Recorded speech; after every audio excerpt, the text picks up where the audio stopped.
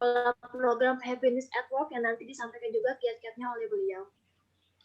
Boleh next slide, Pak?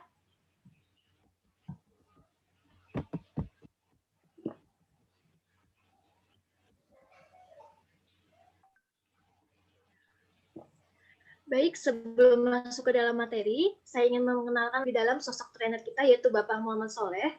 Beliau merupakan senior konsultan di AIDA Konsultan dan Smart Risk Konsultan. Sebagai asosiat konsultan juga di Sukovindo, PPA dan Naila. Beliau juga pernah sebagai konsultan internasional di UNDP. Beliau juga pernah menjadi mahasiswa terbaik tingkat 1 Yogyakarta dan sertifikat BNSP dan NLP Internasional. Beliau juga penulis dari buku Strategic Talent Development dan Risk Culture yang terbit tahun lalu 2020.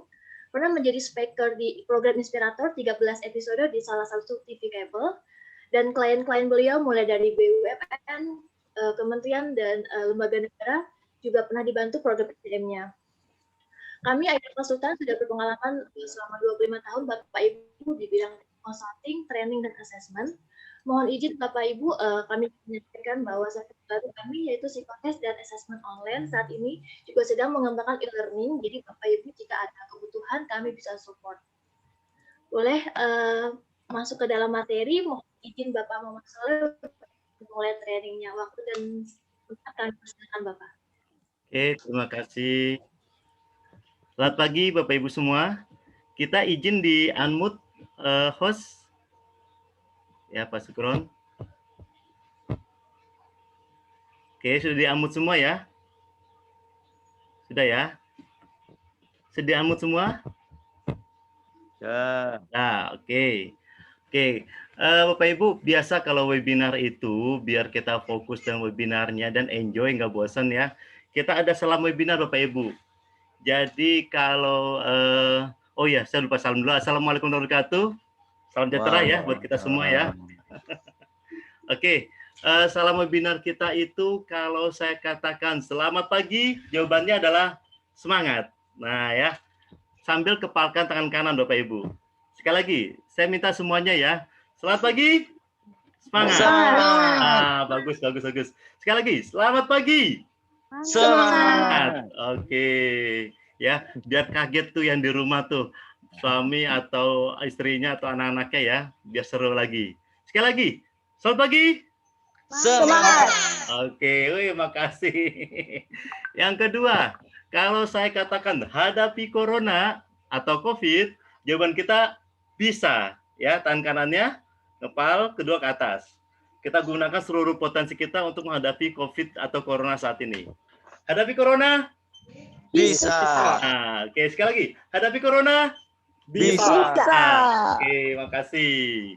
Nah, yang terakhir ini saya katakan kalau kami katakan bahagia saya, ya sambil menepuk dada sebelah kiri. Oke, semuanya bahagia saya. Saya. Sekali lagi, bahagia Saya. ya. Bahagia saya. Oke, sekali lagi bahagia. Nah, oke, beri pro semua. Terima kasih ya, Bapak Ibu, untuk salam webinarnya. Nah, kita akan lanjut ya. Mas Sigit, kita nanti tektokan aja ya, cicet ya. Cicet aja. Ya, izin ya Mbak Rani, saya lanjutkan lagi. Oke, kita cicet aja.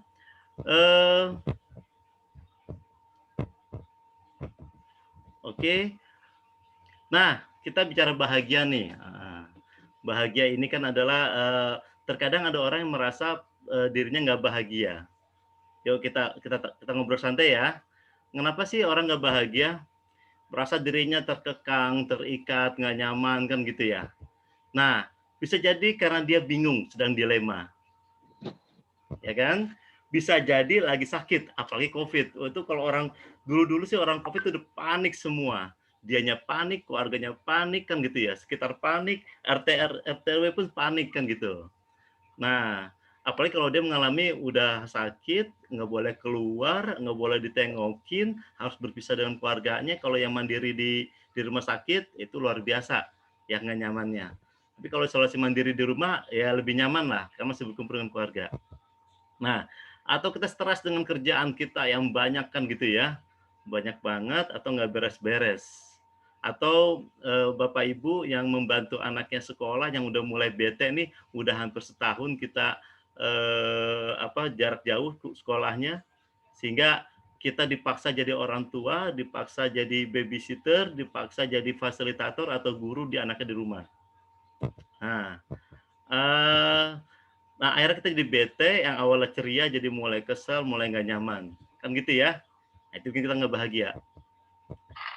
Nah, padahal rasa-rasa bingung, nggak nyaman, stres tadi itu, kalau menurut hasil penelitian nih, hasil penelitian ya, yang saya tahu ya, jadi kan Bapak Ibu bisa bisa nambah lagi mungkin.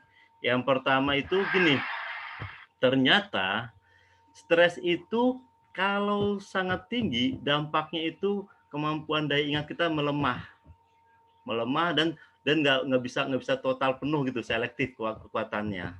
Lama-lama kalau berlanjut kita juga jadi depresi. Nah ya, bahkan sarafnya mulai ada rusakan gitu ya. Nah, saya ini dari mahasiswa udah ya lumayan lah membantu beberapa teman juga yang sarafnya ada yang udah nggak pas, nggak nyaman kan gitu ya. Orang bilang otak kecilnya rusak lah atau konslet atau kejepit gitu. Nah, tapi ternyata stres itu ada yang baik, ada yang tidak. Yang mana tuh yang baik? Ternyata kalau stres dalam kategori sedang itu bagus, memudahkan penyimpanan memori. Ya, kalau nggak ada stres sama sekali malah bahaya. Orang jadi nggak punya semangat hidup, kinerjanya pun rendah pada kemampuan memorizing, mengingat. Jadi stres itu harus ada tetap harus ada, tetap harus kita ya tetap harus kita pelihara beberapa stres, tapi stres yang baik. Stres ya. Karena kalau di stres yang buruk ini bahayanya, stres yang tinggi. Nah, mulai nggak nyaman kita lah ya. Nah, dari sini kebetulan di tahun 2013-an ya, kami membaca bukunya si Sinyo, itu tentang endorfin. Dia menceritakan ternyata apa yang kita pikirkan itu bisa memberikan gelombang emosi. Ada dua, ada yang positif, ada yang negatif. Nah, yang bagus tuh seimbang yang bagus. Nah, namun kenyataannya adalah Bapak Ibu, kadang kita kalau seimbang ini bagus nih, tapi kalau negatif terus, positifnya hilang, nah ini bisa berkembang mempengaruhi fisik kita. Ya, fisiknya. Nah, di sini di tabel ini diberitahu tuh fisiknya apa aja. Ya, disampaikan secara detail bahwa misalnya kalau kita kondisinya lagi stres, maka kita jadi seperti ini, kelihatan ini ya. Kelihatan kan sini, stres berkepanjangan, gangguan pencernaan, emosi yang hilang tuh rileks. Orang yang khawatir sakit punggung, biasanya punggung sebelah kanan, Bapak Ibu, belikat sebelah kanan tuh, yang hilang easy going-nya. Terus kalau kita mudah tersinggung, ya itu ternyata susah tidur jadinya, emosi yang hilang, perasaan tenang. Orang bingung, sakit bagian tulang bagian belakang bagian bawah, jadi sedikit ke arah pinggang ya, itu kalau pegal tuh karena ada bingung tuh. Nah, seperti itu. Cemas itu bikin lambung bermasalah gitu ya. Lalu kalau marah kita agak sedikit muncul hepatitis karena bicara hati ya. Lalu yang nggak sabaran, diabetes, makanya biasa kita ya, ini orang nggak sabaran kemungkinan diabetes loh. Ternyata ini ada hasil risetnya juga. Bahkan kesepian nih kayak di Jepang, sampai ada katanya sih, kalau kata istri saya ada menteri kesepian tuh di Jepang tuh. Jadi sehingga orang memor ya, dan kontrol fungsi tubuhnya berkurang. Orang sedih terus-menerus ternyata pengaruh ke leukemia.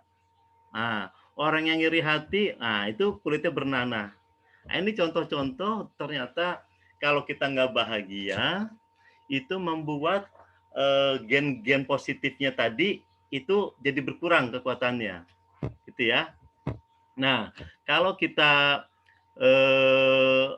negatif, berpikir nggak nyaman, tersinggung, stres, perasaan nggak happy gitu ya, khawatir, itu lama-lama kan gen negatifnya banyak banget itu ya. Tapi nggak ada kekuatan yang positif, membuat dia jadi menang, unggul terus, berpengaruh. Nah ini bahayanya. Ya. Nah di sini juga saya lihat ada beberapa dokter nih masuk nih, jadi peserta ya. Nanti ibu dokter atau bapak dokter silakan berkomentar ya, mungkin ada hasil penelitian terbaru dari dunia kedokteran bisa menambahkan. Saya lihat sini ada beberapa dokter masuk. Oke. Nah, saya lanjutkan lagi. Nah, sebenarnya apa sih yang bikin kita nggak bahagia, selalu merasa sedih, kesal, marah, dan bingung? Tapi di sisi lain, ada orang yang bahagia terus, enjoy aja, happy aja. Gimana tuh ya? Seperti itu. Nah, sebelum masuk ke sana, kita polling dulu ya Bapak Ibu ya. Kita polling dulu. Ini saya tunjukin pollingnya. Nanti Bapak Ibu silakan memilih pollingnya. Oke. Di sini ada 4 pertanyaan. Nah, silakan Bapak Ibu pilih. Muncul ya di handphone atau di gadget Anda masing-masing Bapak Ibu ya, di laptop ya. Sudah, Pak. Silakan Bapak Ibu pilih. Lalu pilih nomor 1, apakah Anda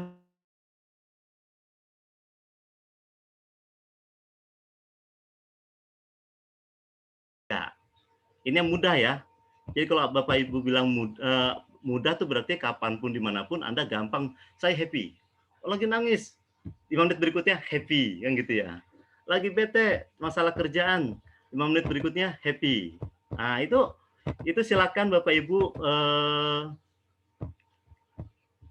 isi pollingnya. Silakan. Nomor 2 juga, yang baru hadir juga silakan langsung mengisi polling ya. Nomor 1 sampai 4. Nomor 2, apakah lingkungan kerja Anda membahagiakan? Waduh, bingung saya. Sekarang tanya, banyakan mana? Bahagia apa enggak? Aduh, kalau gajian doang saya bahagia, tapi 29 harinya nggak bahagia. Oh, berarti tidak. Gitu ya. Nah, terus di keluarga. Nah, ini jangan sampai keluarga tahu ya pasangannya ya. Anda silakan isi, terus ya mungkin kalau sekarang lagi nggak nyaman, nggak bahagia, silakan jawabkan gitu. Oke. Nah, terus yang keempat ini Bapak Ibu, yang keempat silakan diisi. 1, mana yang paling membuat Anda bahagia? Nah, ya, bisa dipilih. Oke. Nah, mulai banyak. Ya.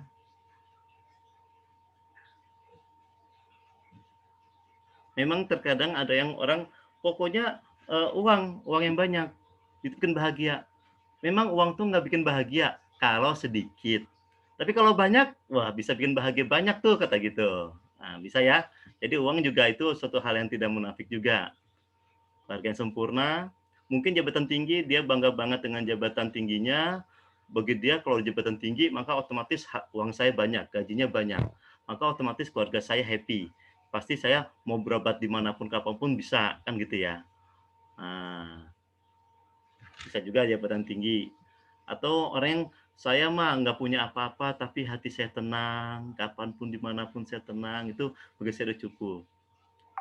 Ada juga saya itu merasa bahagia kalau saya menang.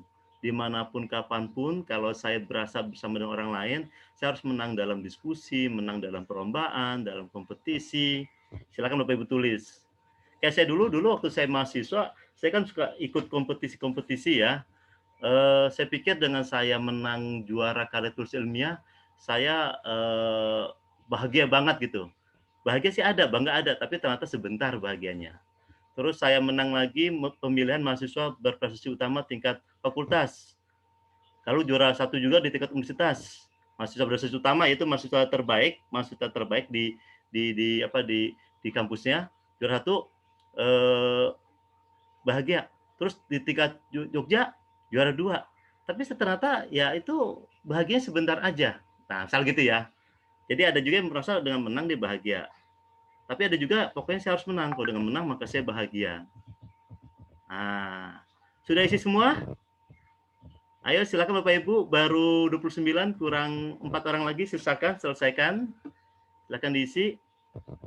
Oh, ini saya khawatir yang co-host kali ya. Kan kayak saya kan co-host, saya nggak bisa mengisi. Oke, berarti udah semua yang mengisi ya. Berarti saya end polling ya, Bapak Ibu. Nah, kita end polling, kita lihat hasilnya. Nah, kita lihat hasilnya, terlihat Bapak Ibu? Belum ya? Belum. Oke, ini dia. Ah, kita foto bareng-bareng Bapak Ibu biar apa? Saya gedein ya, biar kelihatan, biar nggak lupa. Sorry, mohon maaf. Ini dia. Ternyata yang merasa tidak bahagia ada 8 orang. Nggak mudah bahagia saya. Oke. Lingkungan kerja, wih, baik yang bilang bahagia dengan kerjanya. Wah, ini mantep banget nih. Kalau kita sekarang kalau udah bahagia, tinggal menularkan ke rekan kerjanya ya. Wih, kalau keluarga, 26 orang bilang bahagia ya, sebanyak 90%. Mantap.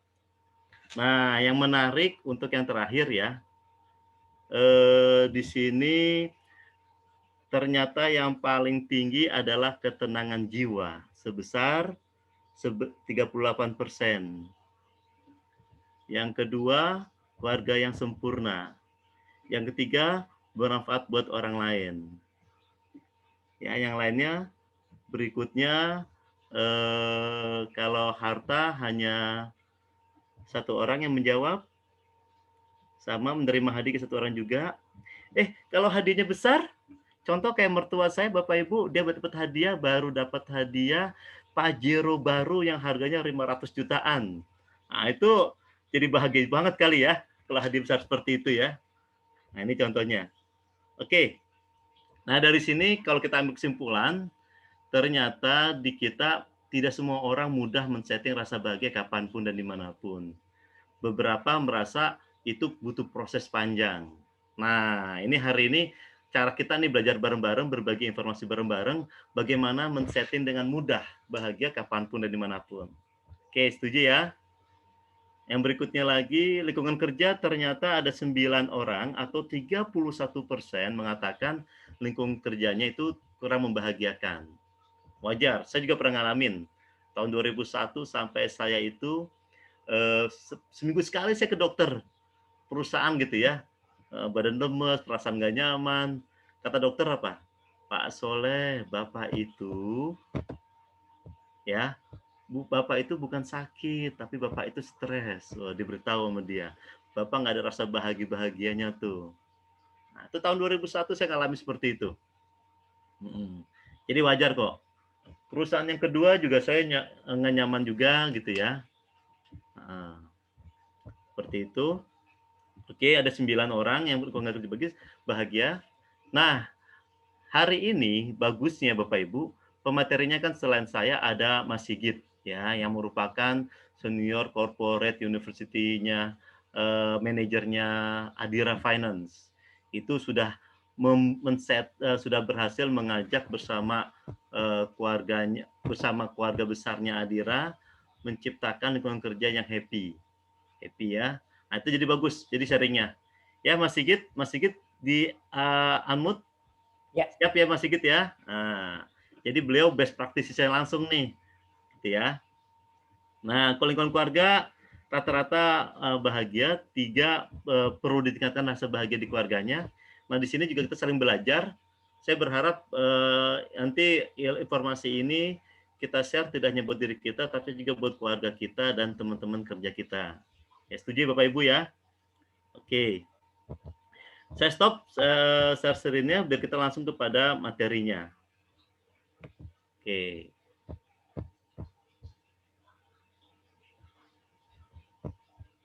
Ini saya tutup. Oke. Sudah kembali ke slide ya Bapak Ibu ya? Oke. Nah, dari situ kami mencoba menyusun sebuah buku yang itu hasil pembelajaran kami lah bertahun-tahun.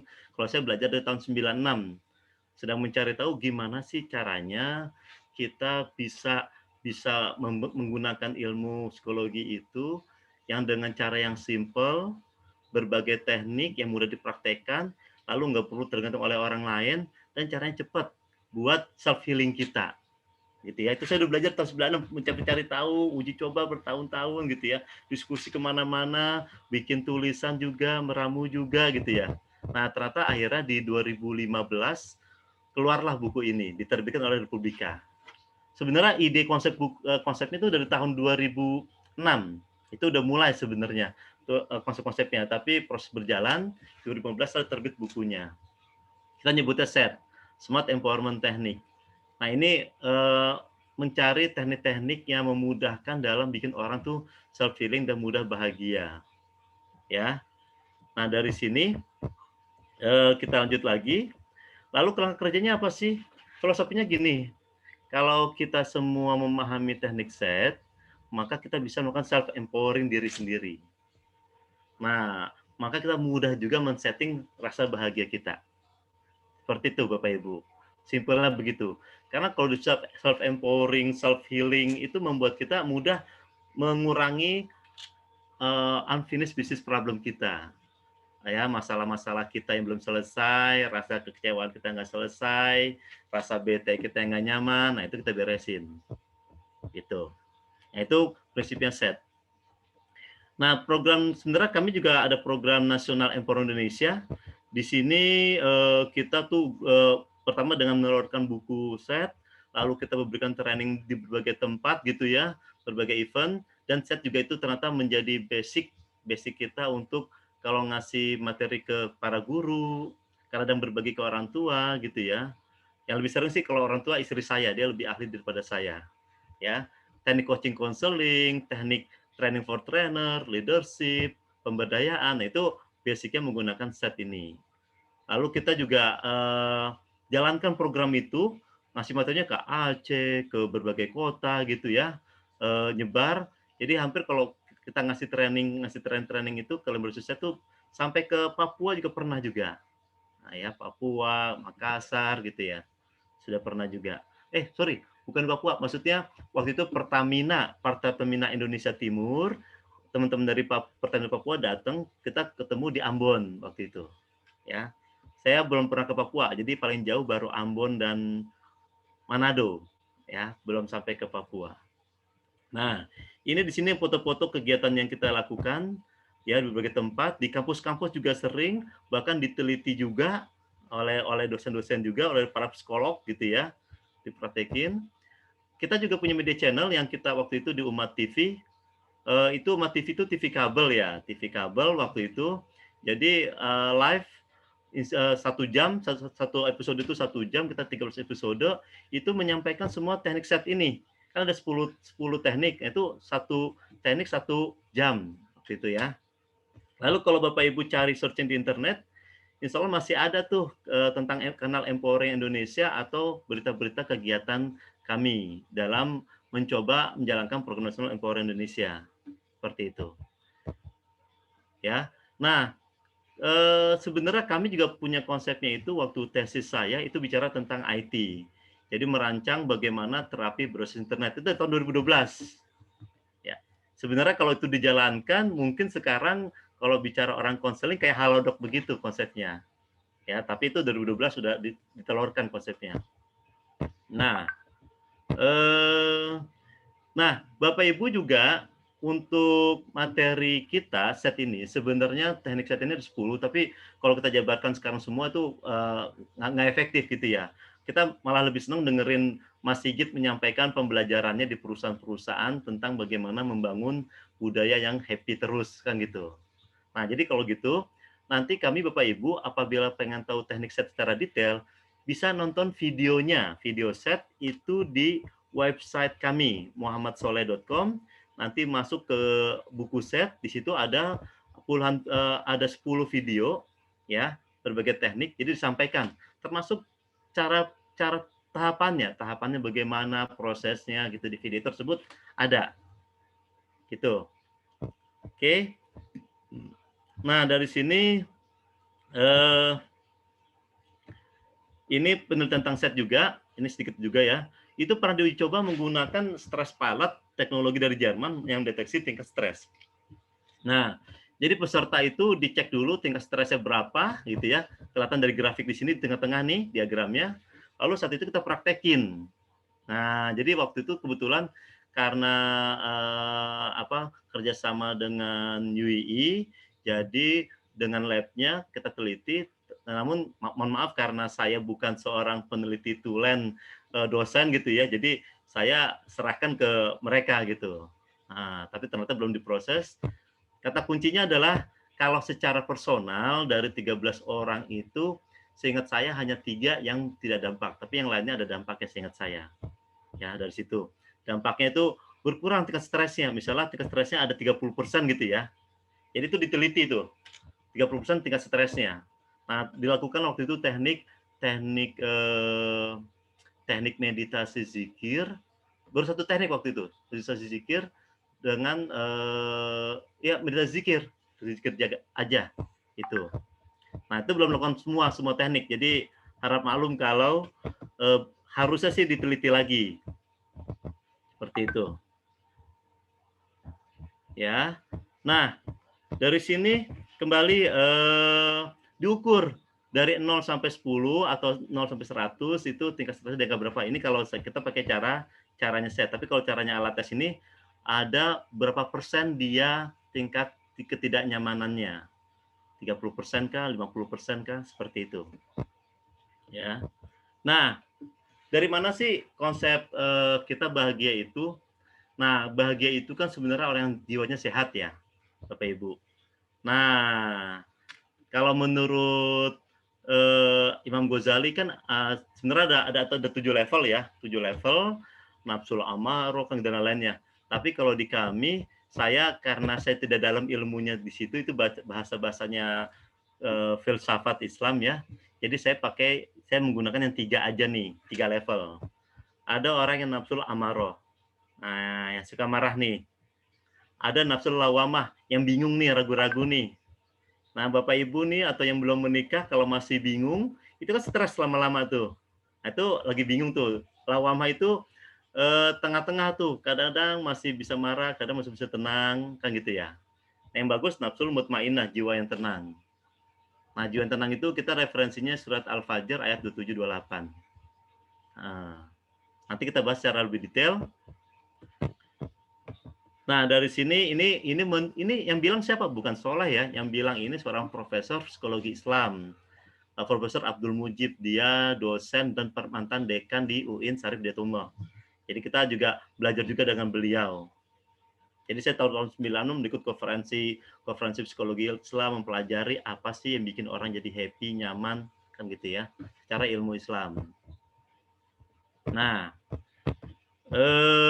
tapi agama lain juga pasti punya kata-kata kunci juga ya. Misalnya kalau di kita tuh meditasi zikir, kalau misalnya kalau di Nasrani kita bilang meditasi puji-pujian digunakan, bisa juga seperti itu. Nah, jiwa yang tenang itu ciri-ciri fisiknya itu relax, nyaman, enjoy. Nah, itu ya. Dia terjadi nyaman, happy, enjoy itu kalau jiwanya tenang. Jadi benar tuh. Tadi berapa persen mengatakan kebanyakan kita memilih yang bikin kita bahagia itu adalah jiwa yang tenang, ya. Ternyata sebagian daripada jago ya. Tadi saya lupa berapa persen tadi Mbak Rani, Mas Sigit yang jawab jiwa yang tenang?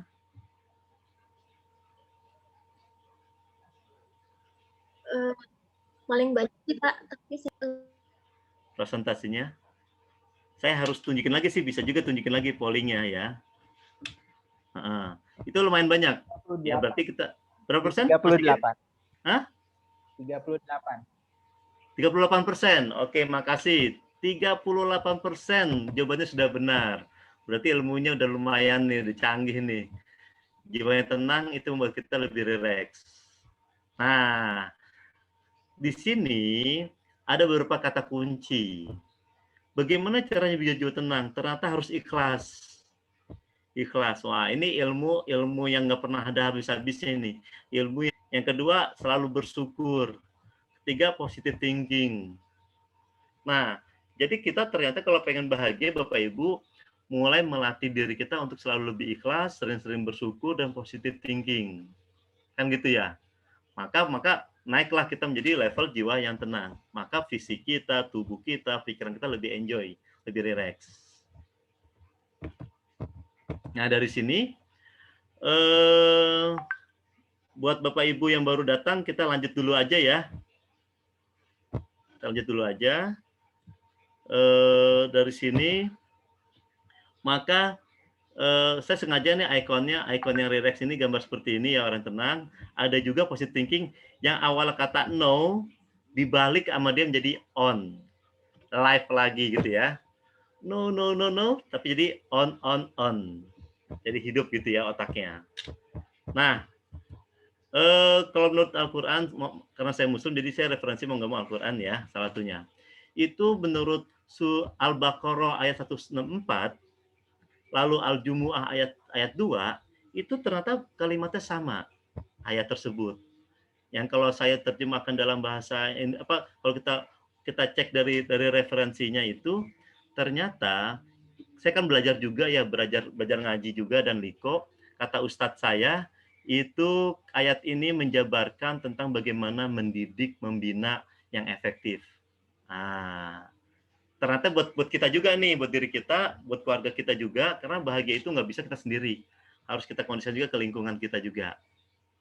Ternyata di sini disampaikan itu harus menyampaikan dengan efektif, dengan jelas. Yang kedua, menyucikan jiwanya atau membereskan masalah psikologisnya. Yang ketiga, mengajarkan dengan tertulis seperti Al-Quran gitu kan, tertulis atau kitab-kitab lainnya. Lalu memberikan contoh, hikmah itu memberikan contoh seperti tauladannya Nabi kan gitu ya, atau sunnah. Nah, 4 hal ini Bapak Ibu yang kita perlu menjalankan cara kita menularkan kepada diri kita dan orang lain.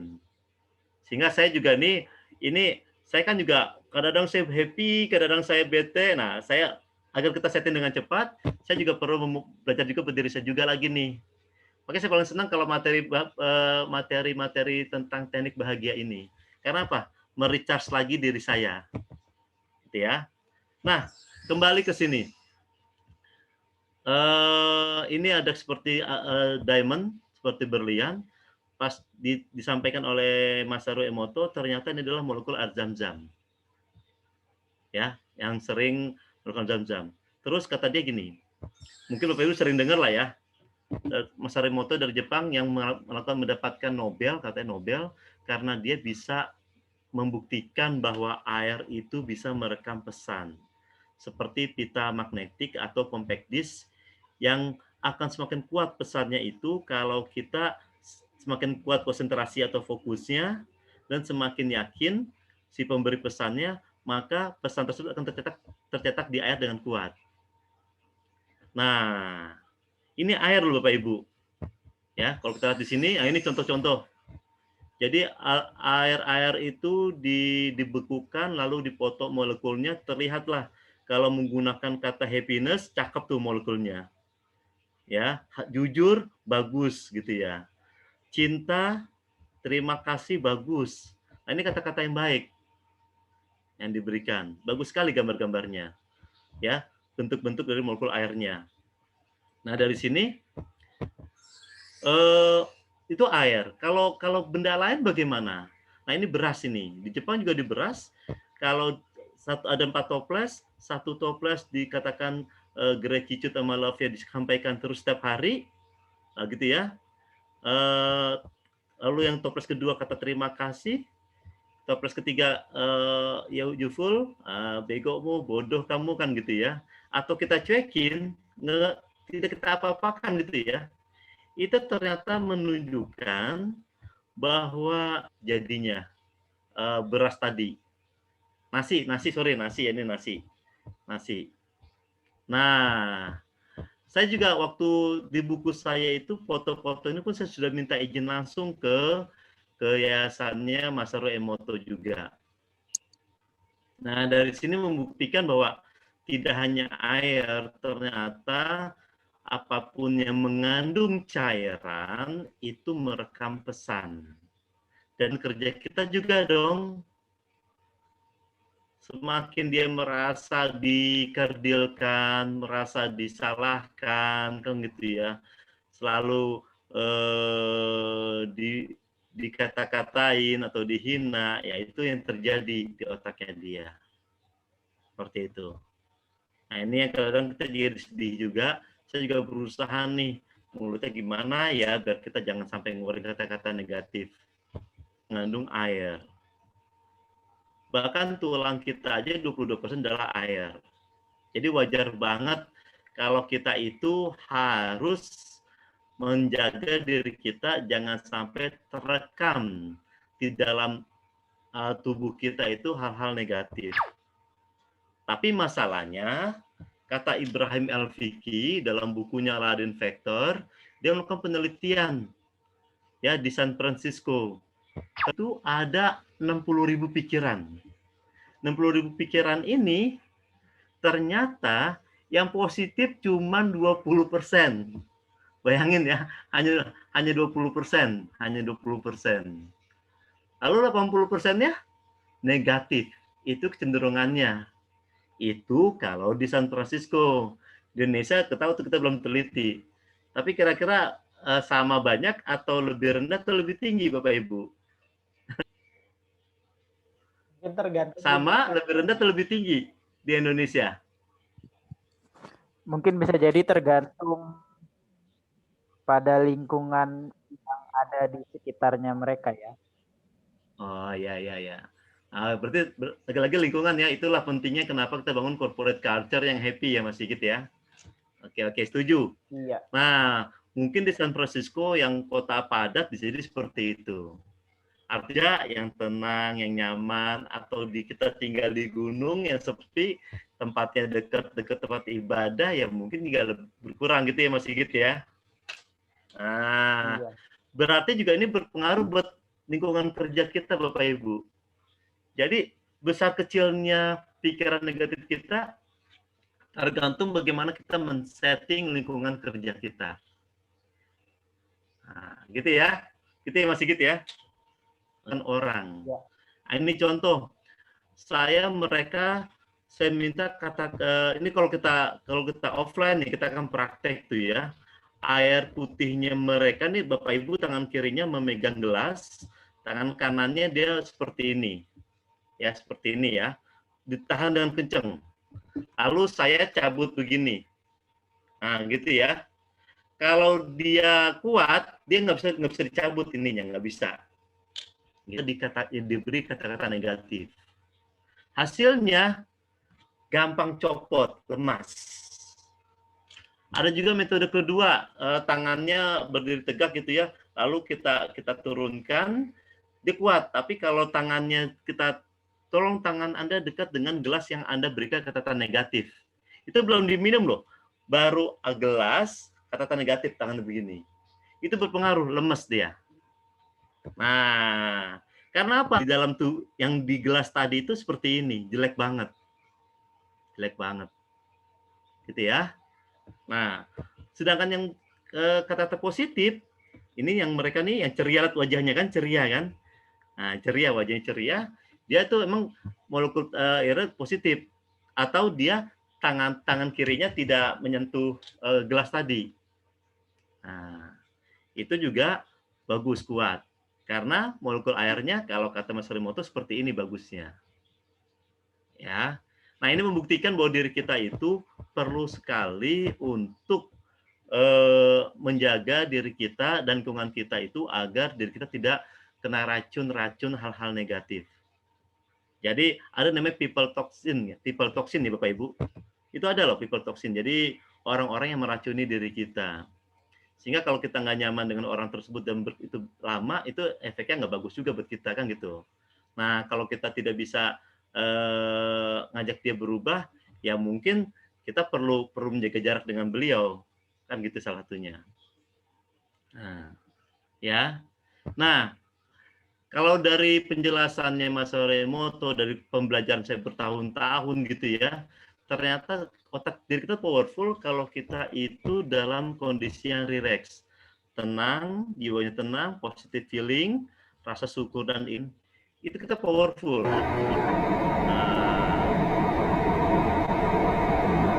Ya, powerful. Itu suara apa?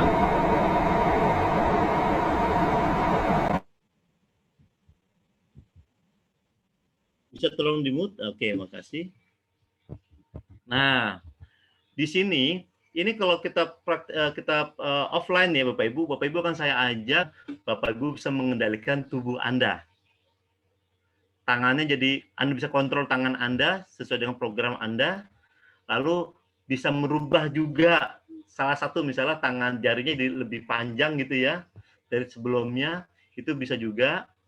Atau bahkan yang lebih ekstrim, Bapak Ibu bisa mengendalikan tubuh orang lain hanya menggunakan mata dan pikiran saja.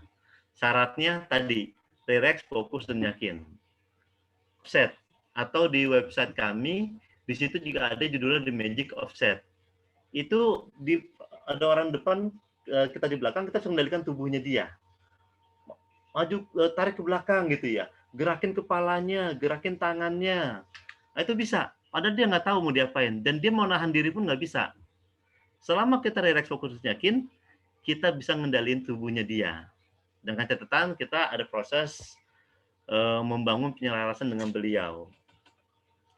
Kalau gitu sekarang gimana cara agar kita powerful? Nah, ini ada 10 teknik set. Di mana tekniknya itu terbagi 2 kelompok. Teknik buat masalah diri sendiri, teknik buat masalah orang lain. Kalau masalah diri sendiri itu biasanya kita punya masalah dengan otak kita lah, dengan diri kita lah, dengan konsep kita, cara persepsi kita dan lainnya. Ini beberapa tekniknya. Lalu kita punya masalah dengan orang lain gitu ya. Nah, aku nggak mau diginiin nih kan gitu. Nah ini dengan orang lain juga ada. Artinya kalau saya tuh jadi kalau masalah orang lain tidak semua teknik set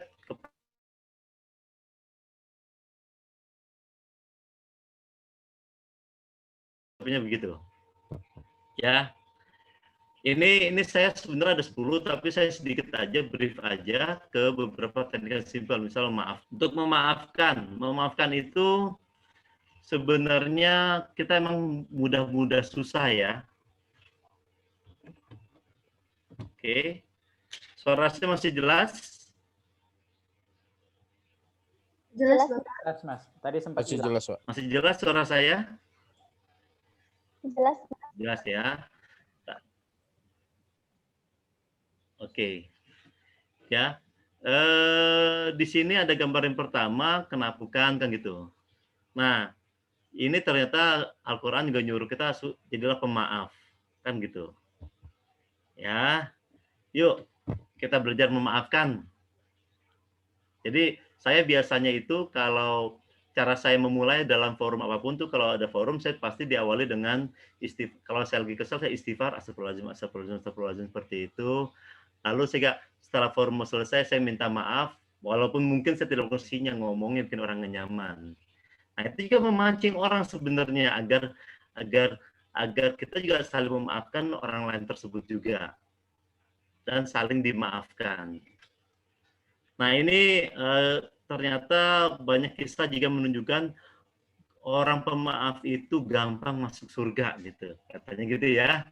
Karena apa? Ya karena ketika dia memaafkan, dia itu menghapuskan rasa-rasa nyamannya dan ya. Nah, terus memaafkan itu ada hasil risetnya ternyata.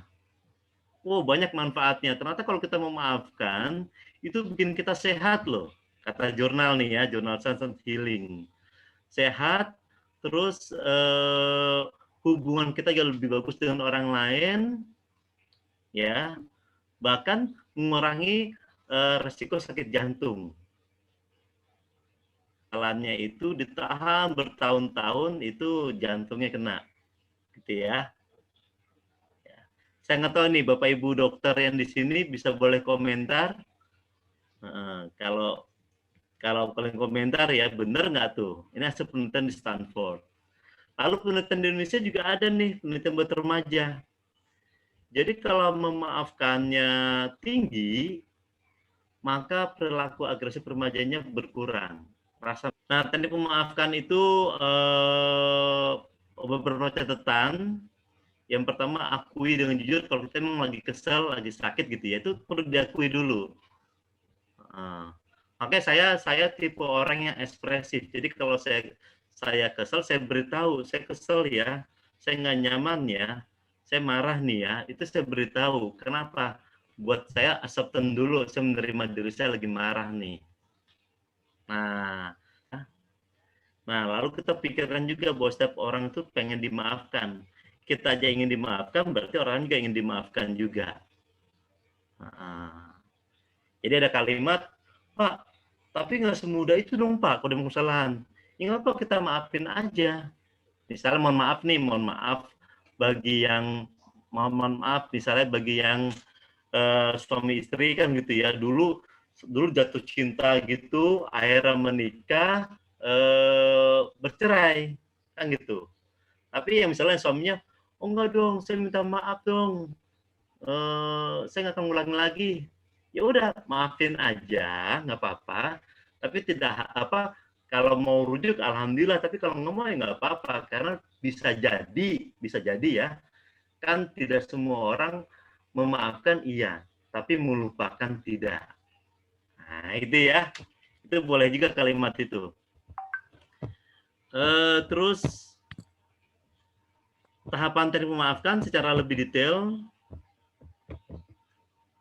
itu ada Bapak Ibu ya, ada, silakan, saran saya biar lebih cepat waktunya, nanti Anda silakannya nonton di website kami muhammadsoleh.com, lalu buka ke kanalnya Buku Set, lalu situ ada videonya. Ya, kan lebih detail, mau praktekin silakan. Kan Bapak Ibu semua yang sudah terdaftar di Google Form itu masuk dalam Charter Club. Maka bisa bertanya juga di situ, bisa diskusi juga di situ. Bisa ya, nanti kita coba tuh jawab juga. Nanti bagi teman-teman yang belum masuk, yang ikut secara link khusus, tapi belum terdaftar, pengen masuk ke Charter Club, nanti biar kami masukkan juga oleh tim kami. Sekarang boleh kita unmute, izin host di-unmute kan, semuanya boleh. Nah, ini kita bisa cek di sini Bapak Ibu. Bapak Ibu lihat ya, ini gambar apa di sini? Silakan boleh berkomentar. Siapapun, di chat juga boleh ditulis di chatnya. Gambar apa ini? Yang Anda lihat. Lift. LIFT. Bilang puzzle. Terus?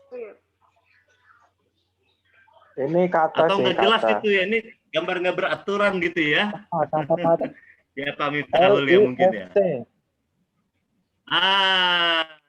Bagus sekali. Ada yang menemukan LIFT. Oke. Awal-awal kita ngeliat ini gambar puzzle nih, gambar puzzle apa ya?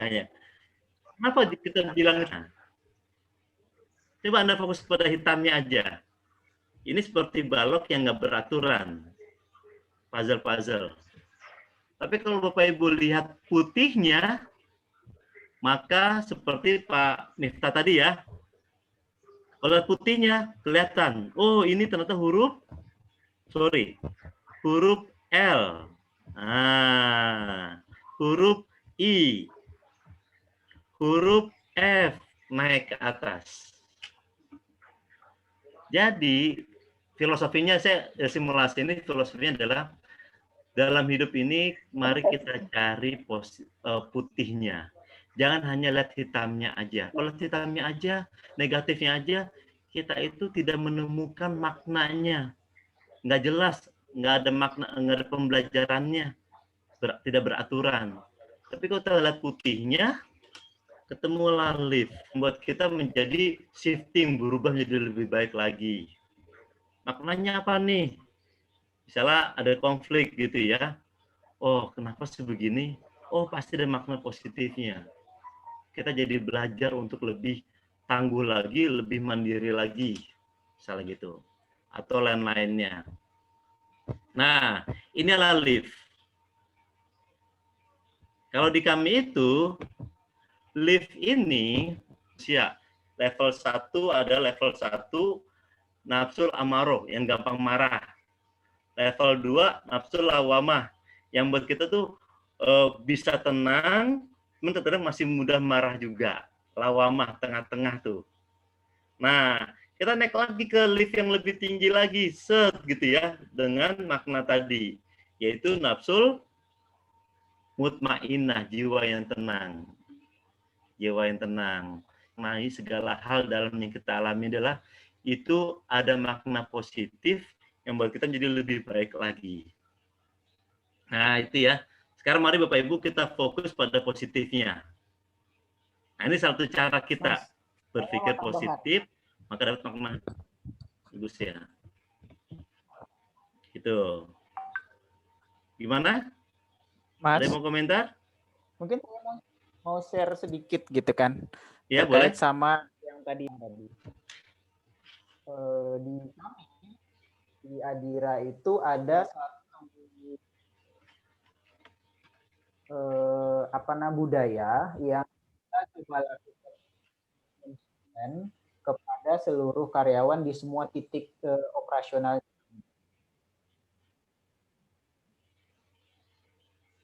Kan di Adira itu kan dari Sabang sampai Merauke, dari Aceh sampai Papua itu ada. Oh ya, banyak banget ya pegawainya ya. Ya, pegawainya itu hampir 20-an ribuan. Nah, kita tuh selalu percayanya gitu, makan sebuah doa. Jadi kan relate nih sama konsepnya yang telah disampaikan sama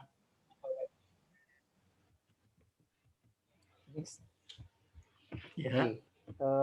konsepnya seperti ini.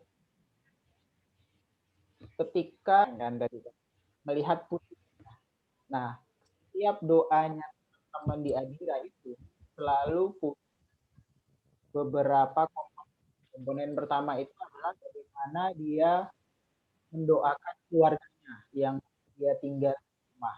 Jadi ketika dia berangkat bekerja, dia tinggalkan rumahnya dengan mendoakan bahwa percaya bahwa orang-orang yang ada di rumah itu akan selalu baik dan dijaga sama Allah. Untuk itu dia akan bekerja dengan secara fokus nanti. Yang pertama. Yang kedua, dia mendoakan rekan kerjanya. Jadi dia akan mendoakan siapapun rekan kerjanya karena dia itu tidak bisa bekerja tanpa rekan kerja yang lain. Nah, itu kita maafkan kalau seandainya ada kerjanya yang ngebete dia, setiap hari itu kita harapkan itu luntur karena doanya dia. Oke, bagus kedua, banget. Mendoakan atasannya dia. Iya. Sejelek apapun atasan dia yang pernah, misalnya dia pernah dimarahin atau diomelin, dia masuk ke hati. Nah, ketika dia berdoa untuk atasannya dia, itu kita harapkan dia luntur. Karena apa? Dia itu bisa duduk di sini, di perusahaan ini, atau masih bertahan di perusahaan ini, itu sedikit banyak adalah dengan atasan dia untuk selalu dia lalu selalu melakukan arahan dan segala macam. Yang kemarin-kemarin ada dia kesalahan lalu dimarahin, diomelin segala macam, itu akan luntur karena dia kita untuk selalu mendoakan atasannya. Dan yang terakhir, mendoakan perusahaannya. Karena kita pengen bahwa teman-teman kira itu selalu percaya bahwa hari ini kita duduk ini itu karena perusahaan kita itu bisa sustain. Oh, bagus banget ya. Dengan 20.000 total karyawan, kalau berdoanya hanya 10% aja yang khusyuk gitu kan, kita selalu percaya 10% orang doa khusyuk bisa jadi dikabulkan. Nah, itu adalah kunci kenapa hari ini kita tuh masih. Oke. Ya bagus sama ya, berarti konsepnya sama disampaikan sama Pak Soleh kan. Ya, sip. Berarti seperti slide ini ya. Terlihat nggak slide-nya saya tunjukin ya? Ya. Ini salah satu implementasi. Slide-nya terlihat. Ini terlihat, ya. Terlihat, Mas. Konsep AHA. AHA itu singkatan dari Adira Happiness-nya kita. Ya, terlihat ya. Oke, berarti tadi saling mendoakan. Itu bagus banget. Ini nyambung nih kalau kita ke sini lagi. Oke, makasih. Nah, ini TikTok bagus TikTokannya. Tadi saya sampai di mana tadi? Maaf. Di happy ya, mengubah persepsi ya. Itu agak. Nah, oke, makasih sekali. Sedikit saya tunjukin lagi. Tadi kan ini ya. Nah, tadi benar. Kalau kita udah maafin, maka yang kita input di otak kita pun hal-hal yang positif aja. Yang sampah-sampah kita keluarin lah, gitu ya.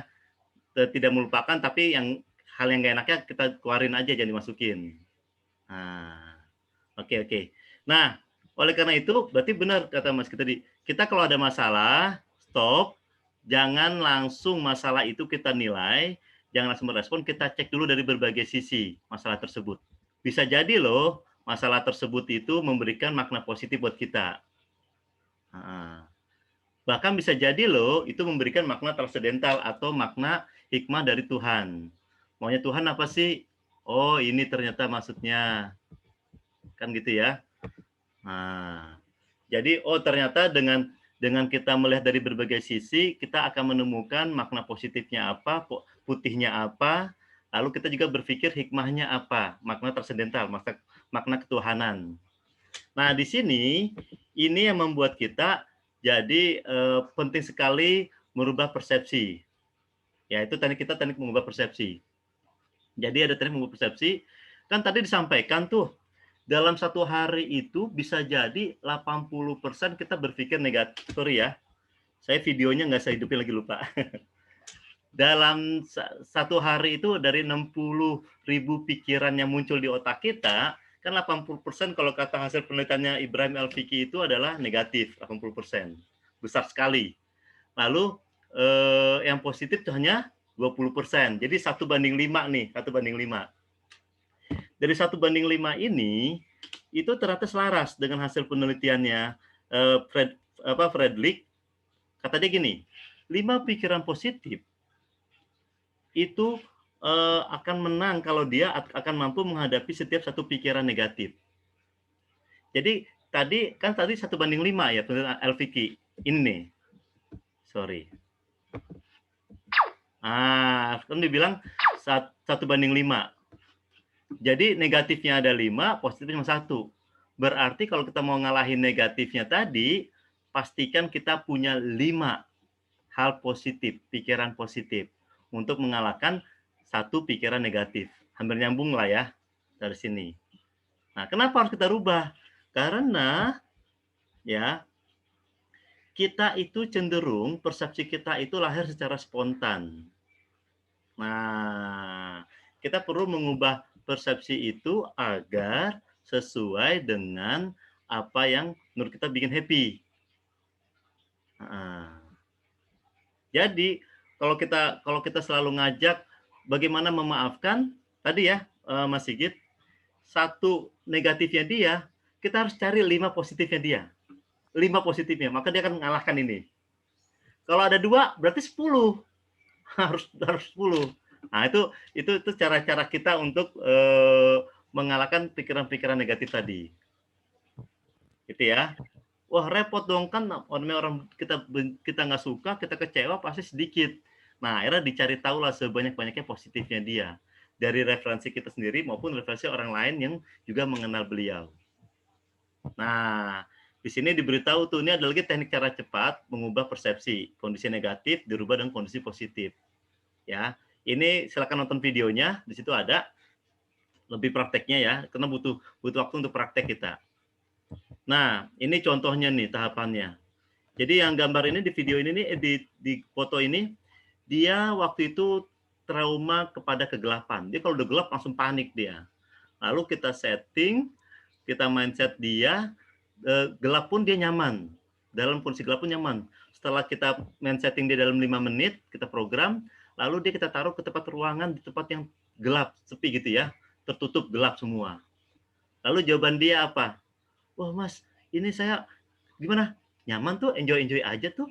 Malah saya menikmati kegelapan ini, kata dia. Nah, ini contohnya gitu ya. Nah, karena kita program otaknya dia. Kita ubah persepsinya dia. Bahwa gelap itu bukan menakutkan, tapi gelap itu malah bikin Anda nyaman dan rileks. Bisa tafakur, bisa berpikir tenang. Ada juga yang punya masalah dengan autoimun. Autoimun tuh autoimunnya itu suka sakit, jadi suka ngilu berlebihan gitu ya. Nah, akhirnya saya program, saya tusuk tangan jarinya dia itu pakai pulpen, semakin sakit dia semakin nyaman, enak dan menyenangkan.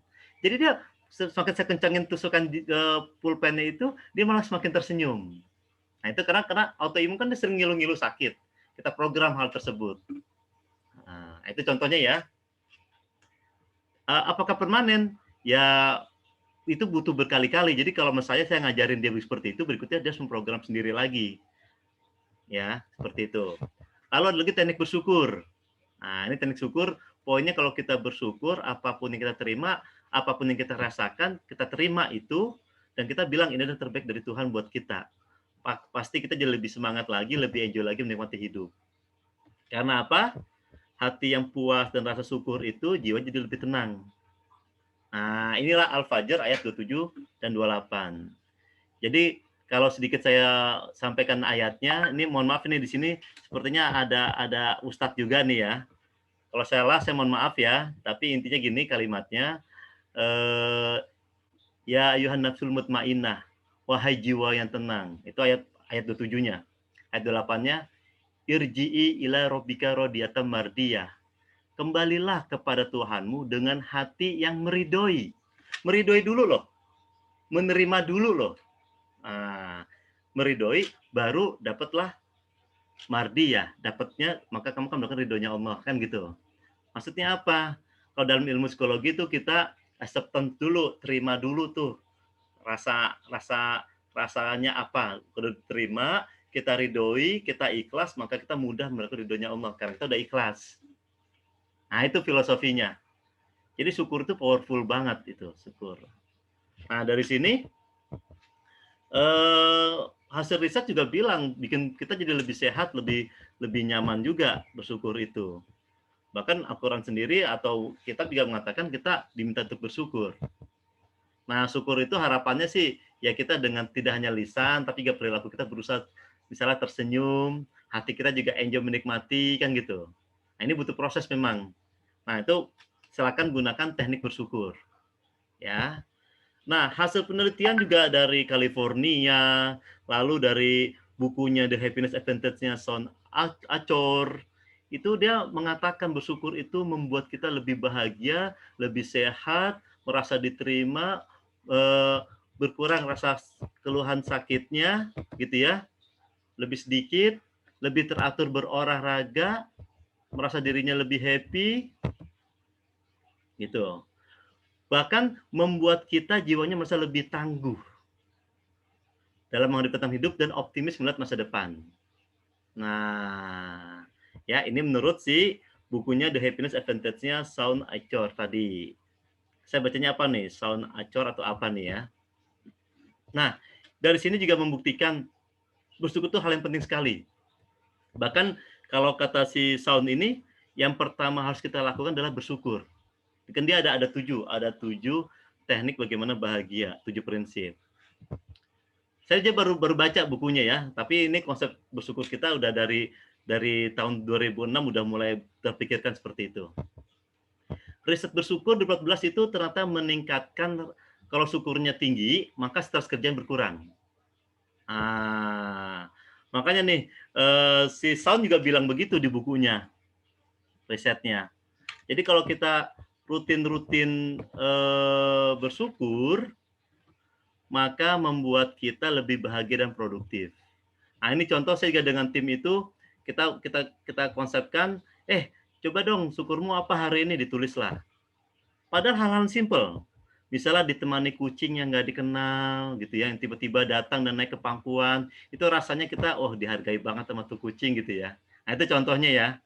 Nah, ini tim-tim kami kalau kita lagi perlu meningkatkan rasa bersyukurnya, saling share, declare daily happiness-nya mereka, seperti itu. Ini juga kayaknya di Adira juga diterapin ya, Mas Sigit ya? Bersyukur gini ya? Ya, di Adira juga sama, Mas. Sebenarnya kan konsepnya bahagia itu kan hampir mirip lah sama apa yang telah disampaikan di awal di konsep set. Ya. Bersyukur itu salah satunya ya punya lingkungan kerja yang bagus, yang mendukung kerjanya dia, yang bisa membuat dia fokus dan segala macam. Oke. Benarkah atau putus-putus? Iya, tadi agak putus-putus, tapi cukup jelas kok suaranya, Mas Sigit.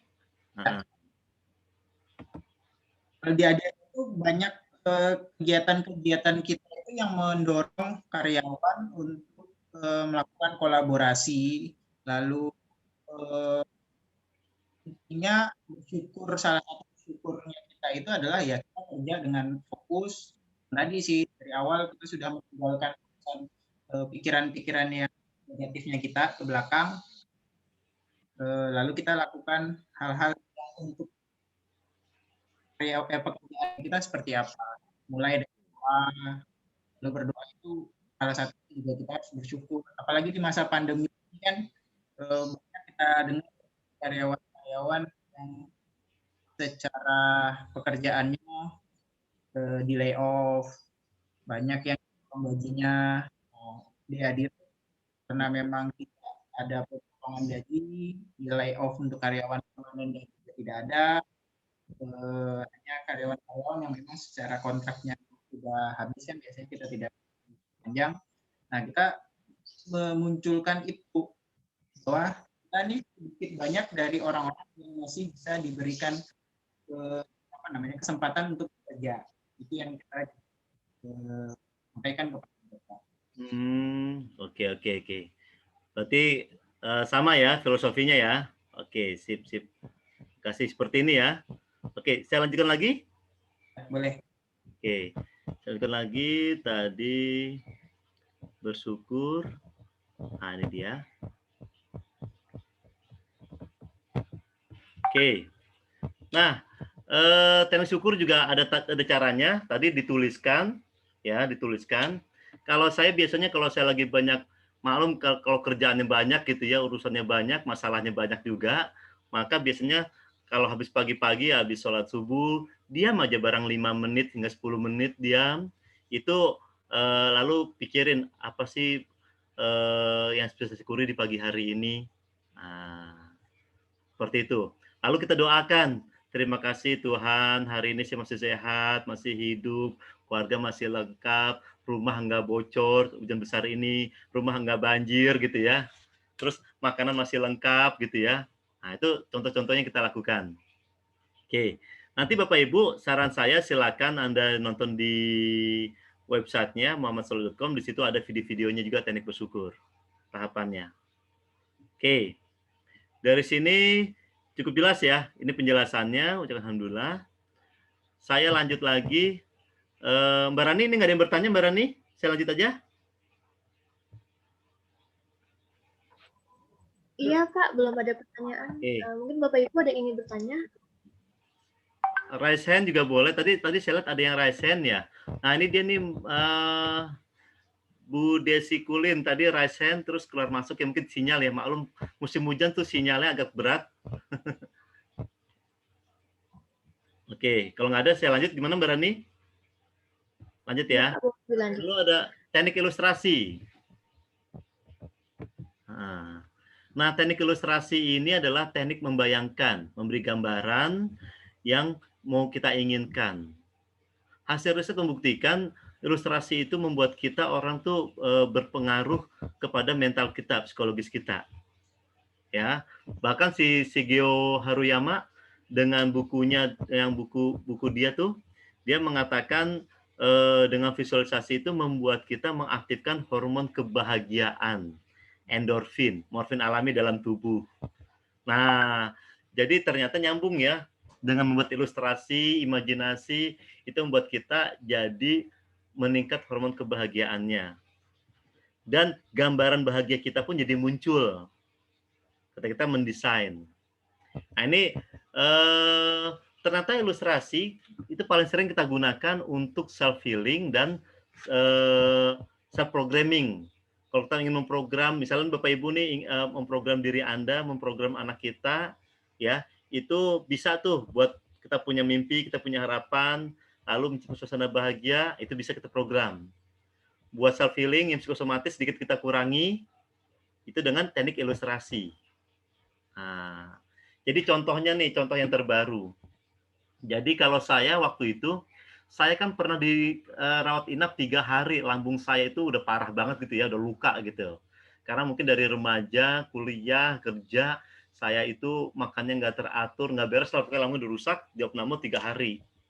Nah, self healing saya itu kan gastroenteritis. Jadi kalau saya stres dikit, stres yang terus menerus yang dalam waktu misalnya 10 menit aja itu berpengaruh ke lambung saya, gitu ya. Nah, jadi akhirnya kadang saya suka lambungnya kembung. Kembung. Tekniknya kebetulan waktu itu malam-malam obat saya nggak ada. Saya pakai obatnya obat ramuan itu ya, herbal. Herbal, saya lebih suka herbal, lebih nyaman buat diri saya. Nah, terus ternyata nggak ada. Akhirnya apa? Saya program pakai otak saya. Saya bayangkan saya meminum herbal itu, lalu meminum madu, dia masuk ke dalam perut saya dan dia menutup asam-asam yang keluar dari lambung saya tersebut.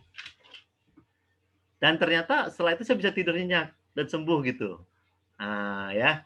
Itu contoh self healing yang kita lakukan. Dan itu saya coba praktekkan juga ke staff. Waktu itu staff kami namanya Friska. Dia juga kalau dia membayangkan dia sakit di buat titik sakitnya, lalu dia membayangkan seakan-akan dia dioperasi sakitnya tersebut, dikeluarkan penyakitnya dari tubuhnya itu. Dan dia bilang berkurang rasa sakitnya. Bahkan dia bisa nyaman, bisa tidur nyenyak. Nah, itu contoh self healingnya. Ya, mungkin buat Bapak Ibu dokter nih yang sekarang ikut di sini bisa kita terapin tuh. Saya yakin mungkin sudah pernah dapat ya teknik self healing ini. Bagaimana program otak untuk buat teman-teman. Buat pasien-pasien Anda. Oke. Saya lanjut lagi. Nah, teknik programming itu contohnya ini kita lakukan, kita membangun imajinasi yang kuat, yang detail, sangat detail. Bapak izin ada pertanyaan.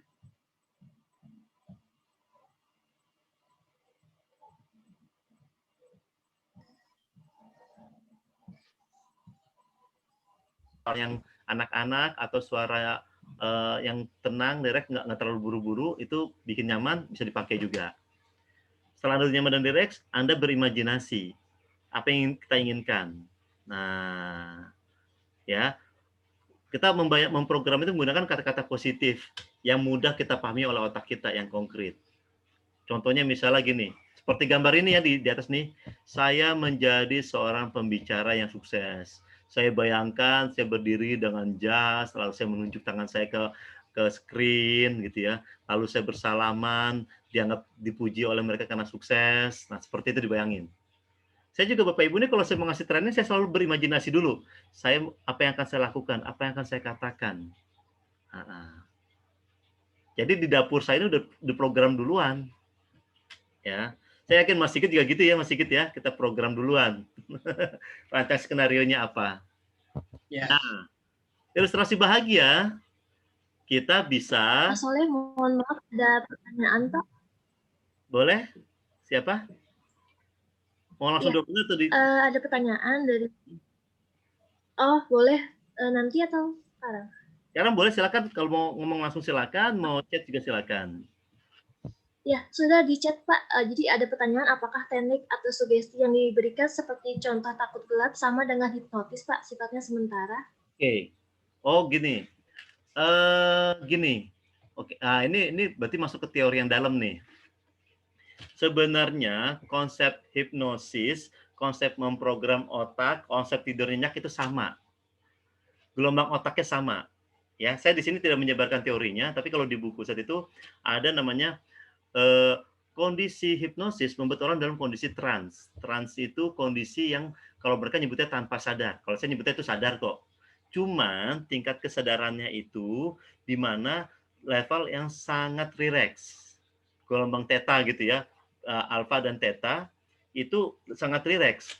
Jadi seperti orang yang ngantuk, tidur, tapi masih bisa mendengar suara orang lain. Nah, itu sama tuh. Gitu, itu kondisi trans. Nah, kondisi itu kan kondisi yang mudah disugesti. Jadi kalau orang hipnosis kan dia memang sebenarnya disugesti dengan kondisi trans tersebut. Nah, kita juga bisa mensugesti diri kita tanpa harus bantuan orang ahli hipnoterapi. Ya. Nah, caranya simple. Tadi ini silakan nonton di videonya. Kata kuncinya adalah yang trauma gelap itu bisa dilakukan. Dia pertama kita 3 kali memprogram data ke dia. Karena dalam ilmu otak tuh ada namanya teknik remedial, pengulangan. Ya. Jadi kayak jejak kaki, ini jejak kaki Bapak Ibu. Kalau hanya sekali kan jejak kaki di tanah itu kan kurang dalam. Kasih 2, cep, lebih dalam. Kasih yang ketiga, cep, lebih dalam lagi. Kasih yang keempat, cep, kasih lagi kelima gitu ya. Minimal 3 kali. Nah, kalau perlu 5 kali, 6 kali, maka itu jauh akan masuk ke dalam memori jangka panjang. Sehingga lebih permanen. Sehingga yang tadi saya bilang yang autoimunnya kurang, itu waktu itu dia mungkin 3-4 kali saya begitukan. Saat itu dia efektif. Tapi kalau tahun berikutnya dia tidak melakukan lagi, kan bisa berkurang. Namanya otak kan dibombardir oleh hal-hal negatif, oleh gen-gen gelombang-gelombang otak yang negatif, kan lama positifnya hilang juga, berkurang. Nah, maka harus dicas lagi. Itulah kenapa kalau dalam set ini kami selalu Anda gunakan resource pool diri Anda sendiri. Jangan tergantung oleh orang lain. Kita ajarin tekniknya, caranya. Kalau sekarang karena kita nggak bisa ketemu secara offline, ya udah Bapak Ibu nonton videonya, itu bisa. Atau baca bukunya. Kebetulan kalau buku set belum kita jadiin e-book ya, itu ada, bisa nanti bisa beli ke panitia. Atau Anda nonton video aja. Di video kita kan gratis tuh. Anda nonton di websitenya, situ ada petunjuk tekniknya. Nah, praktikkan berulang-ulang. Seperti itu, Mbak Rani. Jadi artinya masalah permanen tergantung orangnya. Kalau udah mulai berkurang, program lagi. Kayak aplikasi komputer. Aplikasi kan katanya lama-lama program kita tuh tergerus. Maka harus diinstal ulang. Yang sama, otak manusia juga begitu. Makanya, tapi jangan ngandelin orang lain. Kita sendiri yang menginstal berkali-kali. Gitu. Nah, teknik ilustrasi ini sebenarnya membantu menginstal secara halus gitu ya. Secara kontinu dengan apa? Karena apa? Saya mau ngajak nih. Saya tadi kan Mas Sigit bilang tergantung oleh lingkungannya orang berpikir positif atau negatif kan gitu ya Mas Sigit ya. Maka contoh pertama misalnya di tim kerja. Di sini ada tulisan ya. Create happiness your team. Buat kebahagiaan tim kamu. Jadi kalau saya itu memang sengaja dengan tim, biasanya mungkin dengan Mbak Rani ya, dan tim-tim yang lainnya, itu kalau kita suka ngajak jalan-jalan, makan bareng-bareng gitu ya, makan bareng-bareng, terus kita ke gunung bareng-bareng, kita berenang bareng-bareng ke pantai. Nah ini kita di sebuah tempat di mana nih? Ini pantai dan ini di air terjun ya, air terjun. Nah seperti ini. Ini bikin happy. Kita udah happy, udah dapat nih di otak kita program happy-nya. Ingat dengan teman, kita happy. Nah, biar terprogram terinstall ulang, gambar ini kita pajang di ruang kerja kita. Saya yakin pasti Mas Sigit juga jalankan teknik ini. Mirip. Gitu kan? Mirip. Jalankan, biar orang lihat lagi. Misalnya saya lagi bete nih, misalnya saya lagi bete dengan Pak Sukron gitu ya. Saya ngeliat wajah Pak Sukron. Oh iya, Pak Sukron ceria banget di situ. Dan dia rela berkorban dari rasa takutnya terhadap air terjun yang begitu sangat deras, tapi dia mau memaksakan dirinya untuk bersama-sama dengan tim. Berarti perjuangan dia luar biasa nih, bagus banget nih. Nah, itu diingat, oh jadi bahagia lagi. Tadi kesel dengan Pak Sukron, jadi bahagia lagi, ingat lagi gitu. Nah, ini salah satu caranya. Kalau dengan keluarga, nah ini makanya kenapa kadang-kadang foto keluarga suka dipajang atau minimal jadi status kita atau jadi apa namanya foto profil kita biar kita ngelihat terus. Nah, cara saya bikin seneng. Saya suka mengunjungi masjid-masjid. Jadi kalau saya ke sebuah kota tuh berusaha cari masjidnya yang bagus tuh apa. Ini kan masjid Kudus ini ya. Masjid Kudus. Nah kayak seperti ini. Jadi saya ingat jadi bahagia. Saya ngumpul bersama dengan keluarga, pakai seragam semua yang laki-laki gitu kan. Kompak banget kesannya kan gitu. Atau ketemu dengan alumni. Nah, ini beberapa hari yang lalu saya pusing karena banyak banget yang dipikirin gitu yang dikerjain. Saya ngumpul dengan teman-teman alumni S2 gitu ya. Ngumpul, ngobrol doang, kepala saya pusing itu hilang langsung. Hilang, udah nggak muncul lagi, sekarang juga nggak muncul lagi. Nah ini contoh, ini pun juga kebetulan saya di SMA ini jadi ketua alumninya ya, ketua alumni angkatan.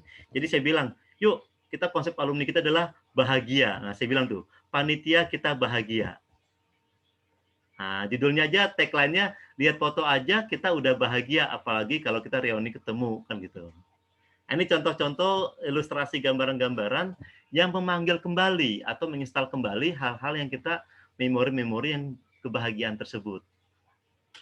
Kalau Ini di satu caranya. tempat kita di Adira Heeh. ada satu cara lagi, Mas, Apa tuh? mengilustrasikannya. Caranya gimana? Saya mau tunjukin juga ya slide-nya ya. Share screen juga ya. Boleh slide yang bicara Halaman berapa? yang tadi musik, Mas. Sebentar.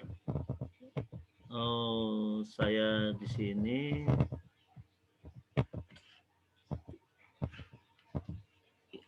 Lagi, Ini? satu lagi. Di bawahnya lagi. Ini? Ya. Ini kan salah satu cara juga kita untuk men-setup ilustrasi bahagia. Dengan cara apa? Dengan cara satu musik. Nah, biasanya teman-teman yang baru masuk ke kantor itu kan lagi sibuk dengan segala macam ininya kan, pretilannya ya, kalau cewek. Ya, apalagi macet Jakarta ya, hektik ya. Turun dari kereta, rambutnya belum dirapikan, belum dicatok, lalu make up-nya masih berantakan. Nah, mereka biasanya touch up dulu kan. Nah, pada saat touch up itu kita di satu gedung itu kita punya centralized musik sound, jadi di setting di satu, itu muterin lagu-lagu yang membuat hari itu tuh bisa bahagia sebagai mood boosternya dia. Bagus banget itu, bagus banget. Nah, jadi kalau tadi kan bicaranya ilustrasinya ilustrasi. Maaf Pak Sigit, suaranya agak bisa diperjelas. Iya, ini dengar. Bagus. Oke. Tapi saya dengar suara saya rada berdengung ya di sini ya. Kadang kalau pakai earphone gitu, Mas. Pakai earphone kadang kita bermasalah dengan earphone kita.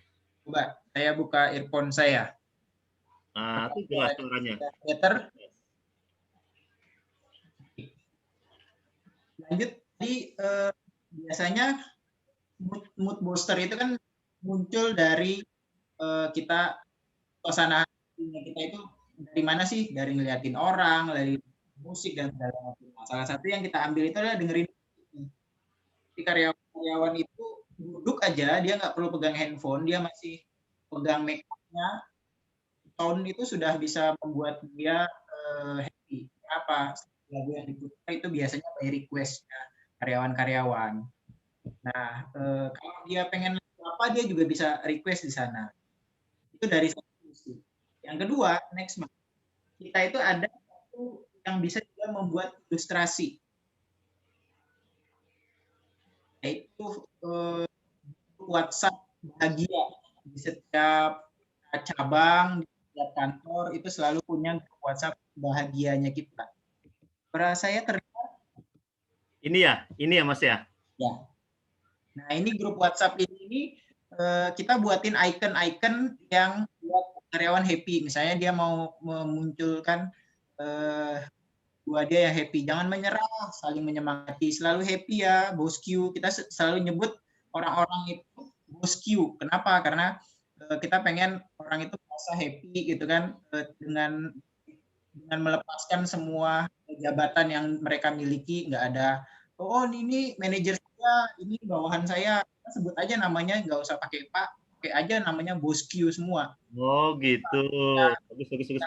Positif. Sama orang itu kita tidak ada batasan, nanti akhirnya mau happy tapi ada atasan saya di atas dalam grup itu. Nah, kita tuh mencairkan dengan sana. Nah, grup WhatsApp ini biasanya selalu ada orang yang melakukan sharing terkait sama kebahagiaan, mengingatkan untuk bersyukur, mendapatkan inspirasi dari cerita-cerita yang mungkin sedih dan akhirnya itu sukses. Nah, itu juga reminder kita bahwa kita tuh harus selalu bersyukur juga. Nah, ini ilustrasi yang dibangun oleh corporate. Kalau teman-teman pengen membangun culture bahagia di perusahaannya itu banyak cara, salah satunya dengan ini. Hal-hal simple, ini tidak perlu banyak biaya gitu kan, tapi memang ada orang-orang yang selalu memunculkan buahnya dia untuk mendorong lingkungannya. Kalau belajar filosofi, salah satu konsep filosofi kan gitu, choose your attitude kan. Iya, ini ya. Nah, ini ada konsep filosofi. Kalau nanti Mas Soleh juga bisa ceritakan apa sih itu filosofi. Di Amerika itu punya satu pelabuhan ikan gitu kan. Nah, dia itu punya satu konsep yang namanya fish philosophy. Ada 4 konsepnya, yaitu pay, make their day, be there, dan choose your attitude. Nah, orang-orang yang mengencourage lingkungannya itu kita memunculkan satu konsep yang namanya choose your attitude.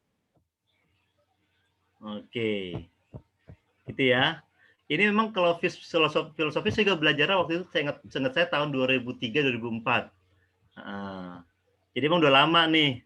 Tapi waktu itu kan saya bilang Mas Sigit jauh lebih advance karena udah next level nih. Oke. Ini berarti sekalian aja nih Mas jelasin nih. Itu kayak bagus tuh filosofi, lomba implementasinya bagaimana yang dilakukan di Adira tuh jauh lebih penting kayaknya nih.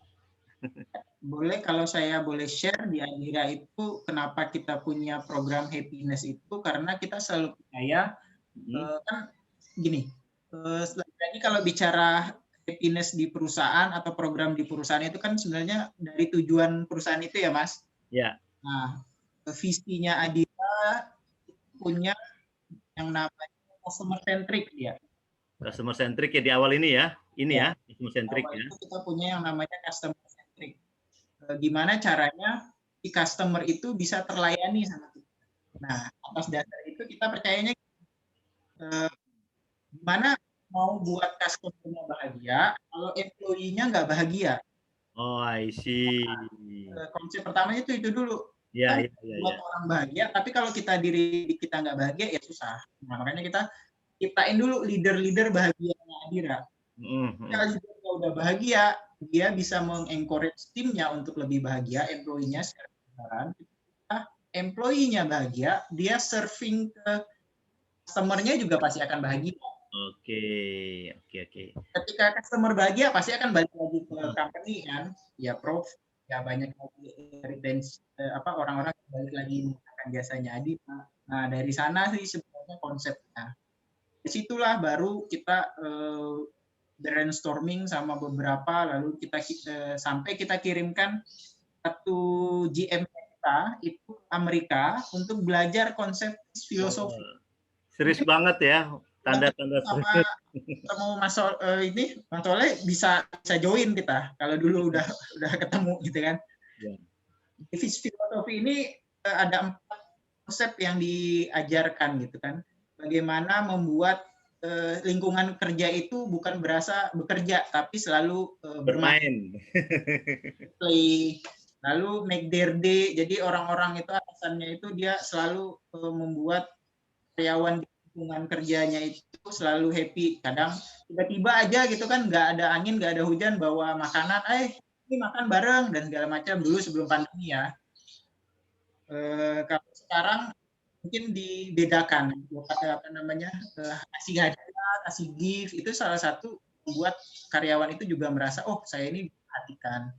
Lalu be there, yaitu di kondisi apapun, perusahaan lagi susah, lagi tenang, si leader itu selalu hadir bersama-sama untuk bareng melewati masa-masa sulit sampai yang terakhir choose your attitude.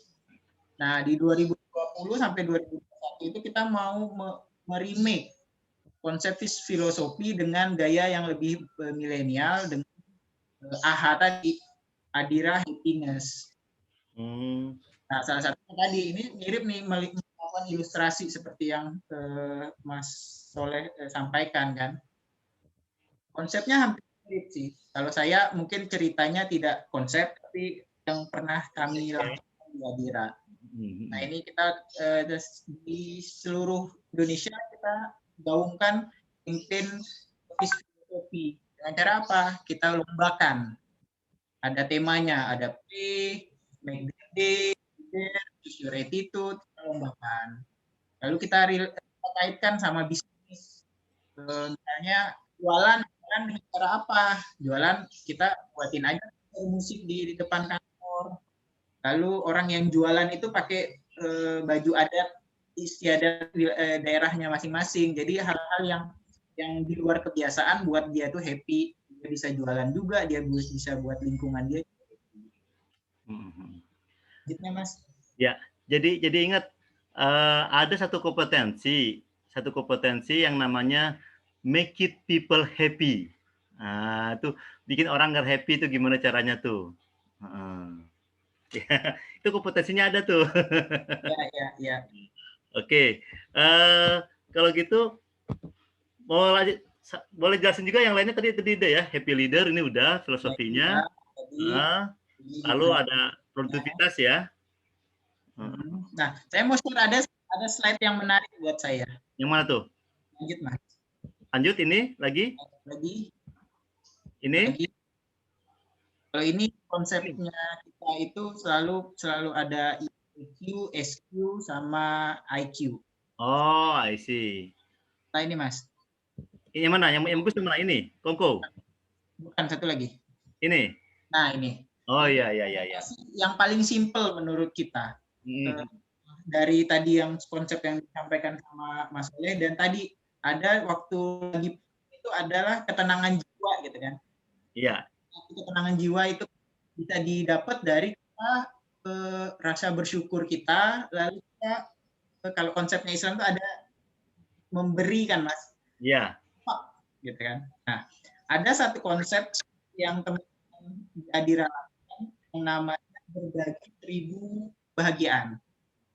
Konsepnya itu berbagi 1000 kebahagiaan itu adalah orang di kantor itu tuh mau menyisihkan uangnya 1000 perak ya, untuk dimasukkan ke dalam satu kantong 1000 kebahagiaan. Oh, padahal simple ya, murah ya, hanya 1000 ya. Hanya 1000 dia sudah memberikan itu, tapi poin doang. Konsisten di akhir bulan itu tuh terkumpulnya luar biasa, dan dia bisa akhirnya bisa ngasih ke masjid, ya, ke panti asuhan, bisa makan-makan, nyiapin makanan buat orang-orang di jalan dan segala macam. Nah, ini konsep ini tercetus di Bogor. Nah, ketika di Bogor kita gabungkan, akhirnya nasional itu bisa berjalan di Batam, di Sumatera jalan, di Kalimantan jalan, di Sulawesi jalan, di Bali jalan. Hal-hal yang simpel yang sebenarnya tidak pernah kita terfikirkan, karena tadi penerimaan kita bersyukur, kita memberi orang, karena kan ketenangan ketika kita bisa membahagiakan orang kan, Mas. Ya, itu salah satu alasan. Tadi ada yang milih juga tuh, memberi manfaat pada orang lain. Nah, konsep itu akhirnya bisa terjalin karena hal yang simpel. Nah, kalau tadi dibilang membuat diri kita bahagia itu susah gitu, di nomor 1 itu kan, ternyata kita coba mindset diri kita dulu bahwa membuat bahagia itu nggak perlu yang complicated, yang simple aja seperti ngasih 1000 perak aja bisa selesai. Lalu yang kedua ini juga sama, kita sebut namanya programnya OSIS. Kalau dulu OB security itu ya adalah pekerjaan ya yang jagain inilah OB itu ya, kita kalau kasarannya ya mendeskripsikan atau mengecilkan pekerjaan ya, bersih tukang guru. Nah, kita terkadang lupa kalau kita nyuruh, kita perlu sama mereka, mau nggak mau mereka harus jalan. Kita nggak pernah nanyain mereka itu butuh apa sih dari kita. Nah, ada satu acara dari teman-teman di Adira itu ngasih gift ulang tahun pada si OB sama security. Itu kan under ekspektasinya. Kok bapak ini tahu ya? Kok ibu ini tahu ya ulang tahun saya kapan? Atau paling simpel, tolong beliin saya jus deh. Berapa Pak? Belinya 2. Pas datang 1 buat saya, 1 buat kamu. Akhirnya kaget. Buat saya Pak, ya mungkin sebuah jus itu 10.000, 15.000. Buat kita nggak ada apa-apa, tapi buat dia itu sangat berarti, apalagi kita berikan dengan ketulusan. Ya, dan ulang tahunnya dia lagi ya. Hal seperti itu sih yang sebenarnya simple, nggak perlu harus ngasih tunjangan, ini ngasih gaji tinggi dan segala macam, lagi kan tadi uangnya itu kan bahagia itu bukan sekedar uang kan, tapi yang nulis ketenangan jiwa dengan memberi, bermanfaat buat orang lain. Nah, implementasinya di corporate bisa jadi kita lakukan seperti tadi sih. Nah, ini bagusnya kalau anak di corporate gini ya, tadi kan saya personal. pas di corporate jadi seperti ini hasilnya luar biasa. Oke, bagus banget ya. Nah, apa bisa ceritain nggak nih? Ini kayak ada hal yang bagus nih dari konsep kongkonya Adira nih, Mas Sigit nih. Ini sebenarnya satu platform sosial media. Kan kalau sekarang anak-anak milenials itu kan sering buka Instagram, Facebook, dan segala macam. Nah, ini konsepnya seperti Facebook tapi internal. Oh, I see. Ini tugasnya adalah memviralkan tadi ide-ide bahagianya teman-teman itu ke seluruh Indonesia, khususnya Adira ya. Jadi makanya saya bilang bermula dari Bogor, akhirnya sampai ke Batam, ke Kalimantan, ke Sulawesi, semuanya bisa menerapkannya. Ini sosial media internalnya kita, tapi khusus sharing bahagia. Jadi kalau ada orang-orang yang suntuk, lagi kurang bersemangat, dia buka-buka itu pasti jadi bahagia. Jadi kata-kata bagus gitu kan, ketika dia baca kata-kata bagus itu akan transfer juga buat dirinya dia. Karena 70% diri kita kan air kan Mas tadi. Iya. Iya. Bisa jadi salah satu bagaimana kita menciptakan lingkungan pekerjaan kita itu bisa mendukung kita lebih bahagia juga. Oke. Berarti kalau kita nggak punya aplikasi, bolehlah pakai grup WA gitu dulu gitu ya? Ya. Grup WA saling berbagi info. Saya juga ini di grup alumni juga kita angkat tuh. Jadi kita bikin panitia reuni bahagia. Jadi kita campaign hal seperti itu tadi dengan gambar gambar-gambar meme yang ada kalimat-kalimat happy, ceria, nyaman, nah kayak gitu tuh. Oke, sip. Oke. Kalau gitu berarti saya lanjut lagi materi saya ya. Nah. Ya, silakan Mas. Ini dulu biar cepet. Tadi ini Bapak Ibu kita sambil TikTok aja ya. Nah ini tadi gambarnya. Saya hidupkan dulu. Ini dia. Ini juga selain seperti ini dengan lihat gambar kita akan berasa nanti tingkat kebahagiaannya. Jadi bisa kita ukur juga tuh dari 0 tidak ada 10 sangat tinggi. Di angka berapa tuh tingkat kebahagiaannya. Kalau kita nggak punya alatnya. Nah ini bisa kita pilih nih. Contohnya. Nah, self-healing juga ada. Ini tadi saya cerita ya, self-healing. Kita lewat aja. Nah, ada satu teknik yang tadi saya bilang. Oke, masih ingat Bapak Ibu tadi dengan salam webinar kita? Selamat pagi. Oke, di-unmute-kan semuanya. Tolong host, di-unmute-kan semuanya. Selamat pagi. Semangat. Banget. Ya. Hadapi corona. Bisa. Yang terakhir, bahagia. Saya. Ya. Yang tepuk dada sebelah kiri. Nah, itu sebenarnya saya sedang menciptakan tombol kebahagiaan Bapak Ibu. Programming. Ya. Jadi sengaja kenapa taruh di jantung di sini? Karena filosofinya adalah di sini katanya apapun boleh berhenti kecuali jantung. Berarti dia alat paling vital. Yang kedua, jantung itu fungsinya memompa darah. Kan darah adalah zat yang paling cair yang dimiliki oleh tubuh manusia. Berarti disitulah tempat tersimpannya program-program pikiran kita. Kalau kita ingin memprogramnya, maka gunakanlah jantung yang memompa darah kita itu agar tersimpan seluruh tubuh dari ujung kepala sampai ke ujung kaki kan semua dialiri oleh darah. Jadi kita ingin memprogram lebih permanen dengan cara menggunakan ciptakan tombol dengan jantung tadi. Nah, ya.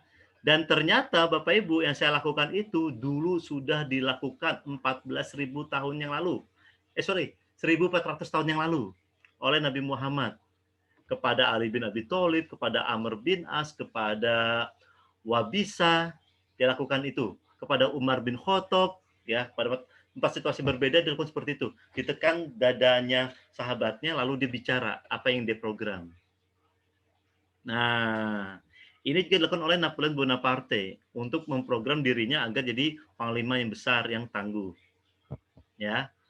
Nah, tadi kan lihat ya, maka tadi bahagia saya. Nah, itu cara kita memprogram Bapak Ibu. Silakan digunakan kapanpun bahwa bahagia adalah saya. Saya bisa bahagia kapanpun dan dimanapun. Setuju? Setuju ya? Oke. Rasa syukur ini bisa juga kita kuatkan dengan kita membayangkan. Misalnya saya sangat bahagia bersama keluarga. Saya bayangkan keluarga itu, saya kepel tangan saya dan kuat. Jadi kalau saya begini, saya berasa bahagia. Ingat sekali saya berkumpul dengan anak istri saya bersama-sama di tempat masjid yang sangat fenomenal yang membuat kita sangat khusyuk misalnya. Terasa sekali sangat tenang dan bahagianya. Atau kalau kita di tempat kerja, bayangkan kemarin kita habis jalan-jalan, habis melakukan arum jeram bersama-sama, body rafting bersama-sama, semua saling mendukung, semua saling backup, semua saling melindungi, semua saling berkorban untuk kita bersama, gitu. Atau jadi semakin kuat. Nanti setelah dilepas kepala tangannya, muncullah rasa cinta kasih. Bahwa kita saling mengasihi, saling menyayangi. Semakin dekat lagi rasanya. Nah, itu bisa saya lakukan seperti itu kalau ingin program secara offline. Ya. Nah, ada lagi teknik lainnya, senyum. Senyum, ingat senyum itu adalah katanya ibadah. Dari mana ibadahnya? Oh, ternyata senyum itu bikin sehat. Keadaan darah lebih lancar, ke otak sehingga lebih lancar pikirannya. Dengan tersenyum atau tertawa kecil, tarikan oksigennya lebih banyak, sehingga juga fresh ke otak kita, lebih lancar juga mikirnya, punya ide-ide bagus, bisa ngambil makna positifnya. Lalu hormon lainnya kayak endorfin, serotonin, itu terproduksi lebih banyak. Kenapa hormon-hormon itu bikin kita lebih happy? Nah, ini saya ada 4 nih. Saya habis ngopi file dari istri saya nih. Misalnya kebetulan trainer juga, dia S2-nya psikologi, ya. Nah, dari beliau itu dikatakan ada 4 hormon endorfin, serotonin, dopamin, dan oksitosin. Ini para Bapak Ibu dokter, kalau salah mohon dibantu jelasin ya. Endorfin itu morfin alami dalam tubuh kita. Jadi yang bikin kita bahagia dan mengurangi rasa sakit. Ini anestesi alami loh. Nah, ini sama seperti kisah sahabat Rasul Ali bin Abi Thalib, dia minta dicabut panah dari badannya itu ketika dia sedang khusyuk sholat. Kenapa? Karena pada saat itu dia sangat tenang dan rileks, happy, sehingga endorfinnya terproduksi lebih banyak, sehingga itu jadi bikin kita suasana hati lebih nyaman, ya, mencegah depresi juga. Dopamin, ini hormon kesenangan nih. Ini terproduksi lebih banyak kalau kita tuh punya semangat, motivasi untuk mencapai tujuan tertentu. Kita jadi fokus di sini. Nah, oksitosin, ini hormon cinta katanya. Yaitu ini berhubungan dengan konteks hubungan percintaan dan melahirkan. Terus gimana dong caranya meningkatkan 4 hormon ini agar terproduksi lebih banyak? Endorfin, sering-sering berolahraga. Nah, ya. Kalau lagi bete, lagi kesel, berolahraga. Sampai kita nyaman gitu. Kedua, bernyanyi atau mengaji. Karena konteksnya adalah ketika bernyanyi dan mengaji, kita ada proses menarik nafas yang lebih dalam. Sehingga itu memancing terproduksinya hormon endorfin. Makan makanan pedas. Kan kalau pedas tuh lidah kita kan sakit sebenarnya ya, karena pedas. Pedas gitu kan. Nah, pada saat itu, maka tubuh secara otomatis memproduksi hormon endorfin agar rasa sakit karena pedasnya berkurang. Nah, itu gitu ya. Lalu kasih diskon. Nah, ini semua emak-emak pasti senang ini. Diskon pasti hormon kebahagiaannya muncul. Ya gitu ya Mbak Rani ya. Mama kan gitu. Lalu serotonin. Nah, serotonin itu kita tadi ya, serotonin, sinar matahari, vitamin D itu meningkatkan serotonin juga. Lalu memikirkan hal-hal yang bahagia, tadi saya bilang ilustrasi dengan kenang-kenangan, ingat kembali ke kenangan bagian kita, itu bagus ya, jadi kita lebih nyaman. Lalu mengkonsumsi makanan yang mengandung triptopan. Triptopan itu sejenis kayak asam amino ya, yang bagus buat tubuh kita, yang tidak diproduksi oleh tubuh kayak gitu.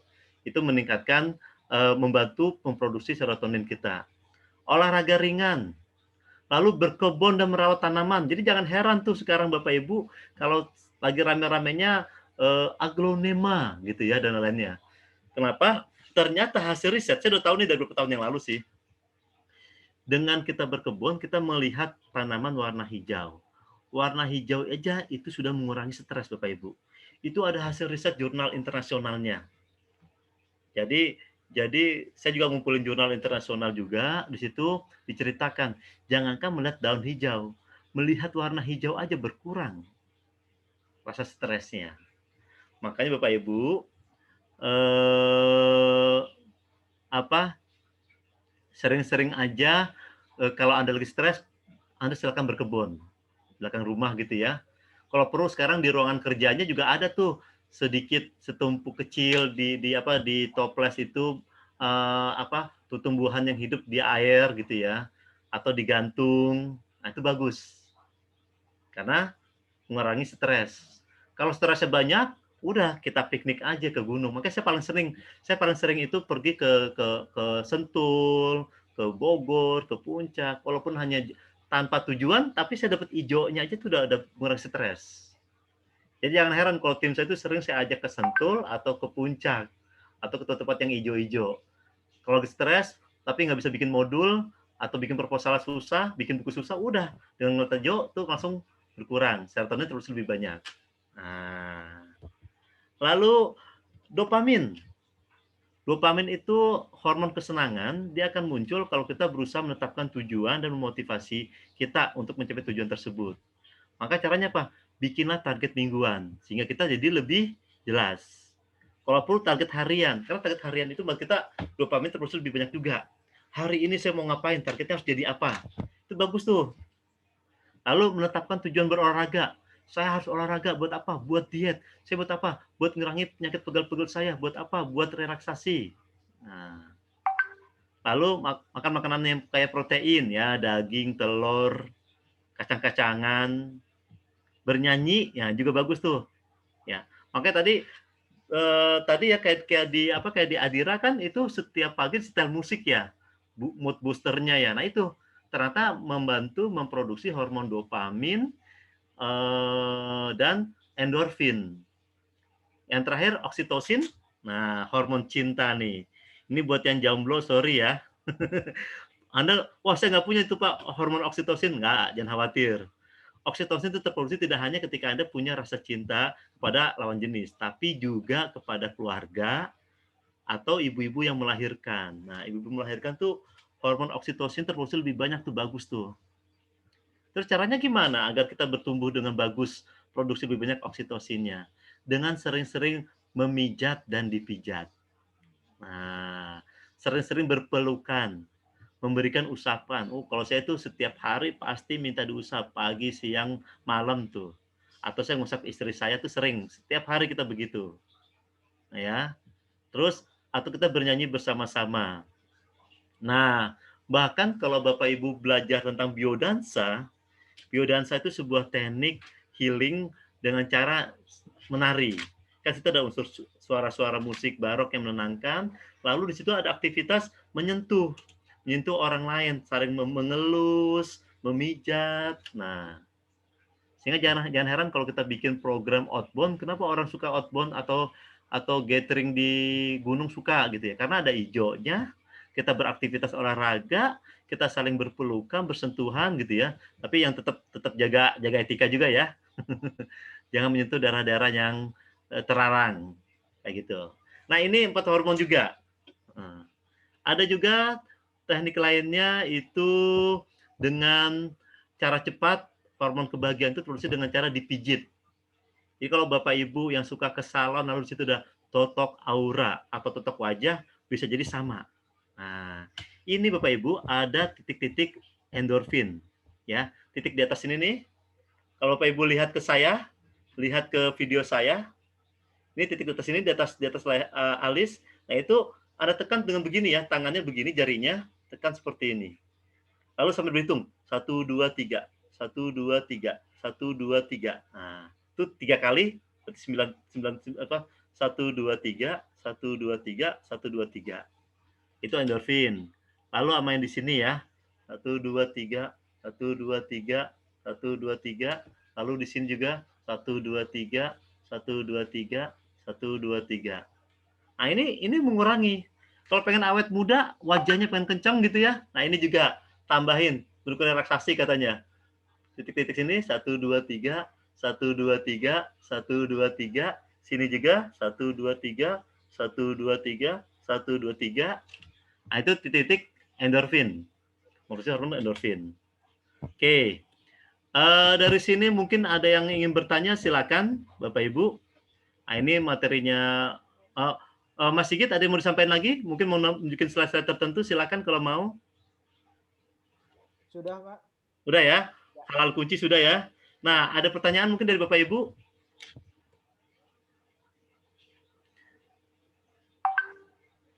Nggak ada? Gimana, Mbak Rani? Kalau nggak ada, berarti karena kita sambil jalan tadi ya pertanyaannya ya. Sudah ditanyakan. Kalau nggak ada, mungkin Rani silakan Mbak Rani ditutup closing. Terus ini dipoto dulu ya dokumentasi ya Mbak Rani ya. Silakan Mbak Rani. Iya, betul Bapak. Sebelum kita akhiri, boleh izin foto bersama ya Bapak Ibu, boleh diaktifkan videonya. Saya screen-nya dimatiin dulu ya, share screen-nya. Oke. Kita tampilkan view, galeri view. Silakan Mbak Rani. Oh, harus 2 kali berarti ya, 2 kali foto ya. Silakan screenshot-nya. Oh, ternyata di sini banyak juga nih ya. Pak Momos. Baik ya, 1, 2, 3. Kita. Mbak Endah. Wah, Dinda Agreza. Wah, ini baru kenal nih saya nih. Oke, Mbak Winnie. Silakan, udah fotonya? Sebentar, Bu.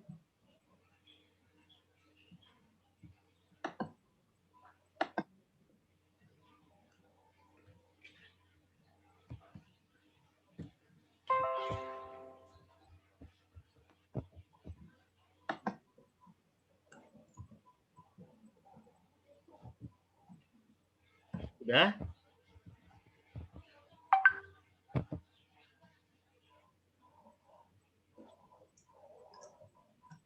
Oh, dari rumah sakit juga banyak nih ya. Oke.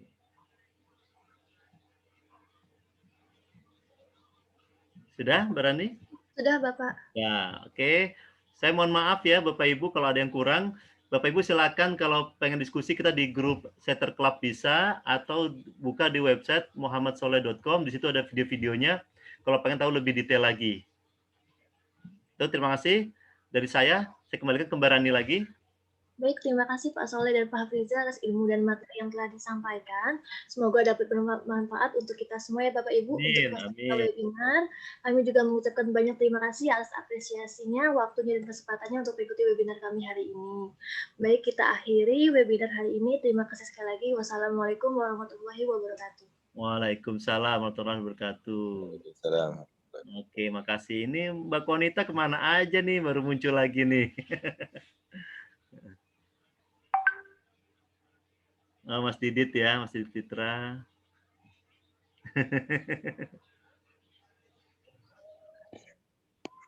Oke, terima kasih semuanya. Ya, oke, yo, assalamualaikum. Izin live, Pak Soleh. Ya, oke, salam.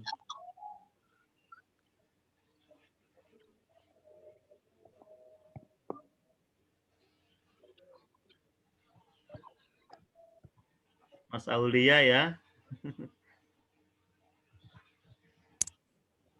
Pamit dulu Pak Soleh. Ya, oke, silakan Pak Momos. Thank you, Pak. Ya, Terima kasih. Assalamualaikum. Assalamualaikum, salam. Terima kasih Pak Sukron.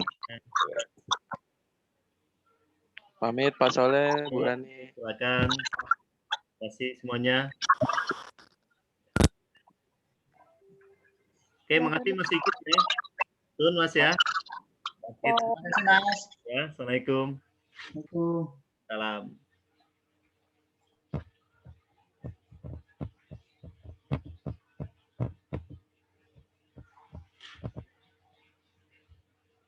Udah selesai Mbak Ana. Acara udah selesai. Ya, kita pamit semuanya ya. Ya, assalamualaikum. Waalaikumsalam, Pak.